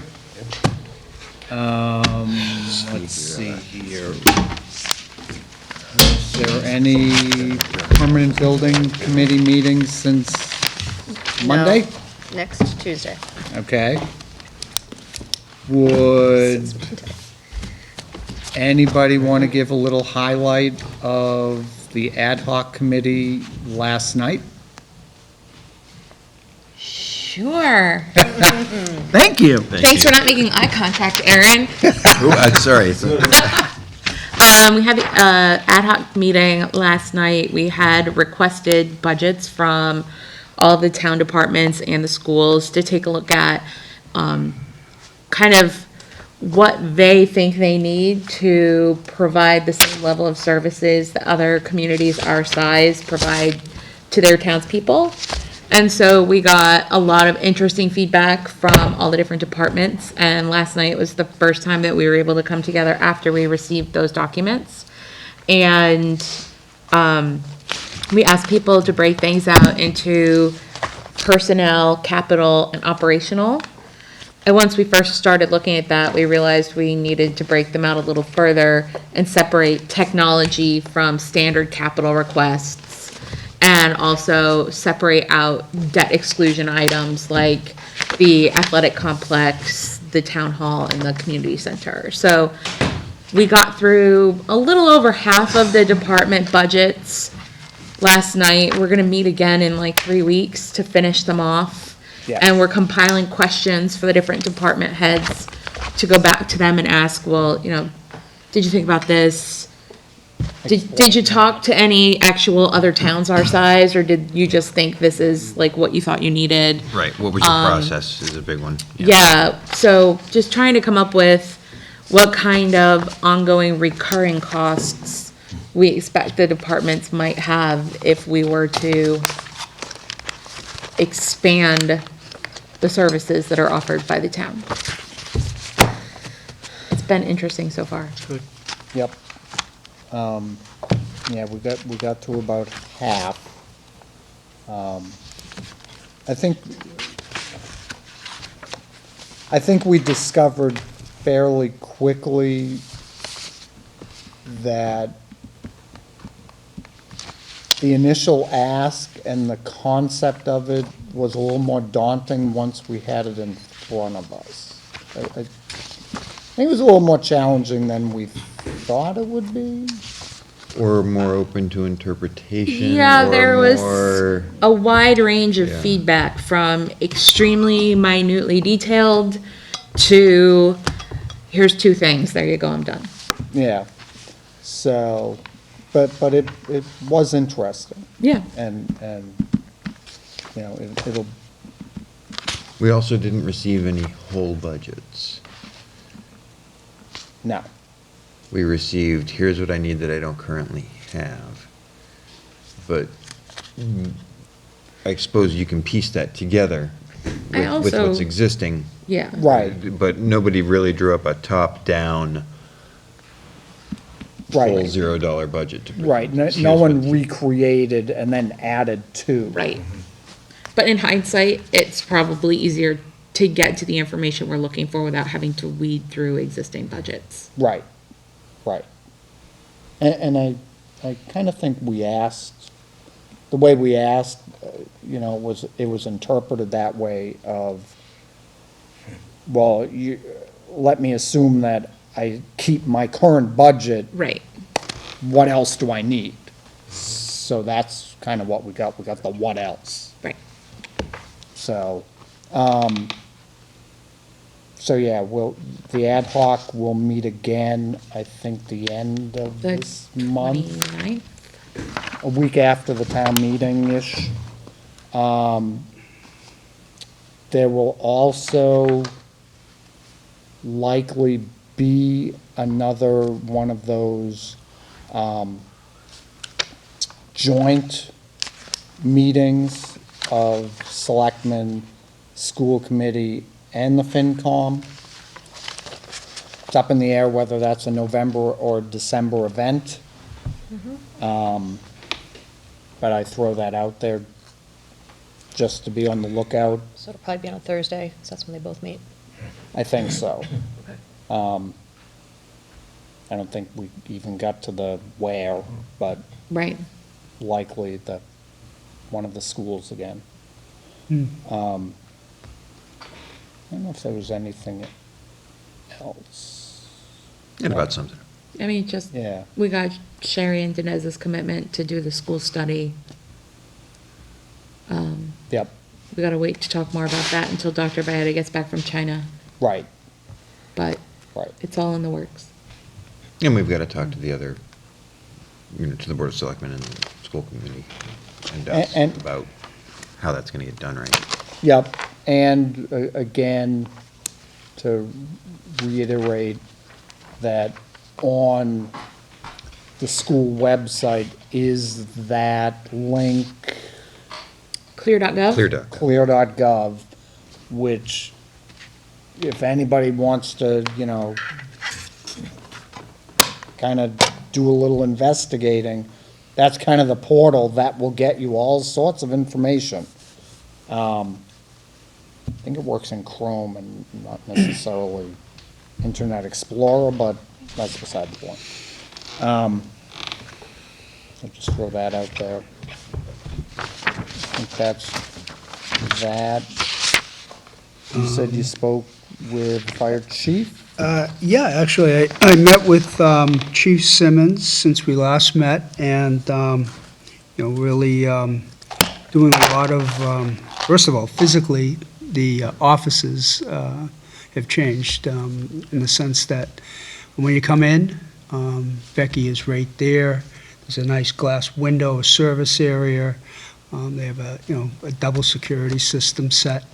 Where you go in, and so now someone just doesn't go in before they would walk in, and they go all the way to the back of the hallway, all the way down. That's a bunch of offices. Yeah, and then they would go by offices and so forth, so it's much more streamlined, and it was all done in-house at no cost, Chief Simmons and his crew, so it was very, very nice, and I think it'll be much, you know, we'll be able to have a captain up front too, with his own desk, the shift commander. He can look right out at the bay where the trucks are in the facility. So it's nice, streamlined. And he's, you know, obviously looking and picking up where a lot of Chief Schleicher left off, and he's looking at some optimal budget service request for his upcoming, year, his first in the spring. So it was a real positive meeting, and, wished him bet. I don't think he'll do a great job. Pick up. As we saw tonight, he had all the answers. Yeah. Yeah.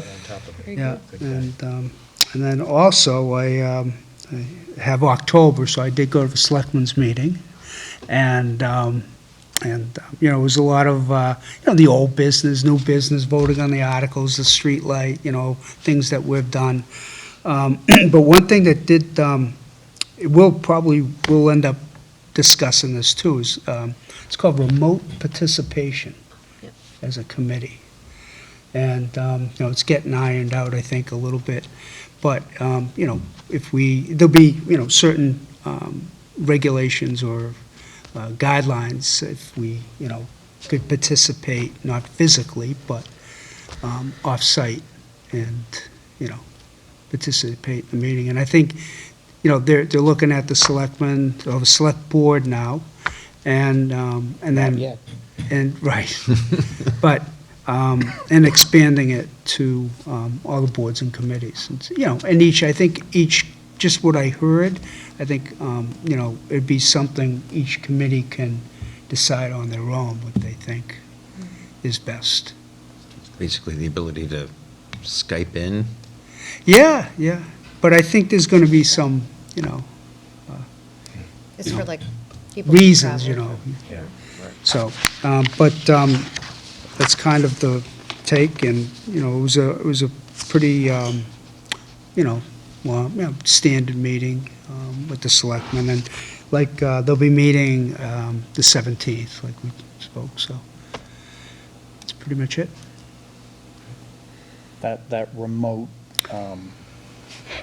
meeting. Participation? Participation just screams that it would then need digital material for that person who's remote. Just saying. Well, they have really done their homework. I will say this, that, they've looked at the other cities and towns that have implemented it, taken bits and pieces, I think, where they think they can fit Norton's, best for the town. And, I think they're really looking at it. I think there'll be something there that I think they're going to try anyways. Awesome. Do we have any past minutes? You said you found some typos. Want me to fix those and bring them to the next meeting? I didn't print copies because of that, so. Okay, then let me go back in and, How dare you expect me to do that at 6 o'clock on the night of town meeting? I don't do anything. I No, know, I'm just we kidding. can do it in January. no. Well, I think Let's you'll not- need it with my notes tonight. I'll get them off, but. So we have no minutes. Thanks for doing that, Rick. For 24 hours, we had a hopeful minute taker, but that died. He's smarter than me. So, more to come on that. I don't have anything else, if anybody else does. Otherwise, Surprisingly enough, I'm still awake. With no more business to be had, I move we adjourn. a motion and a second to adjourn, not to be seen again until 6 o'clock at the high school, the night of town meeting. All those in favor? Unanimous. That's awesome. Thank you.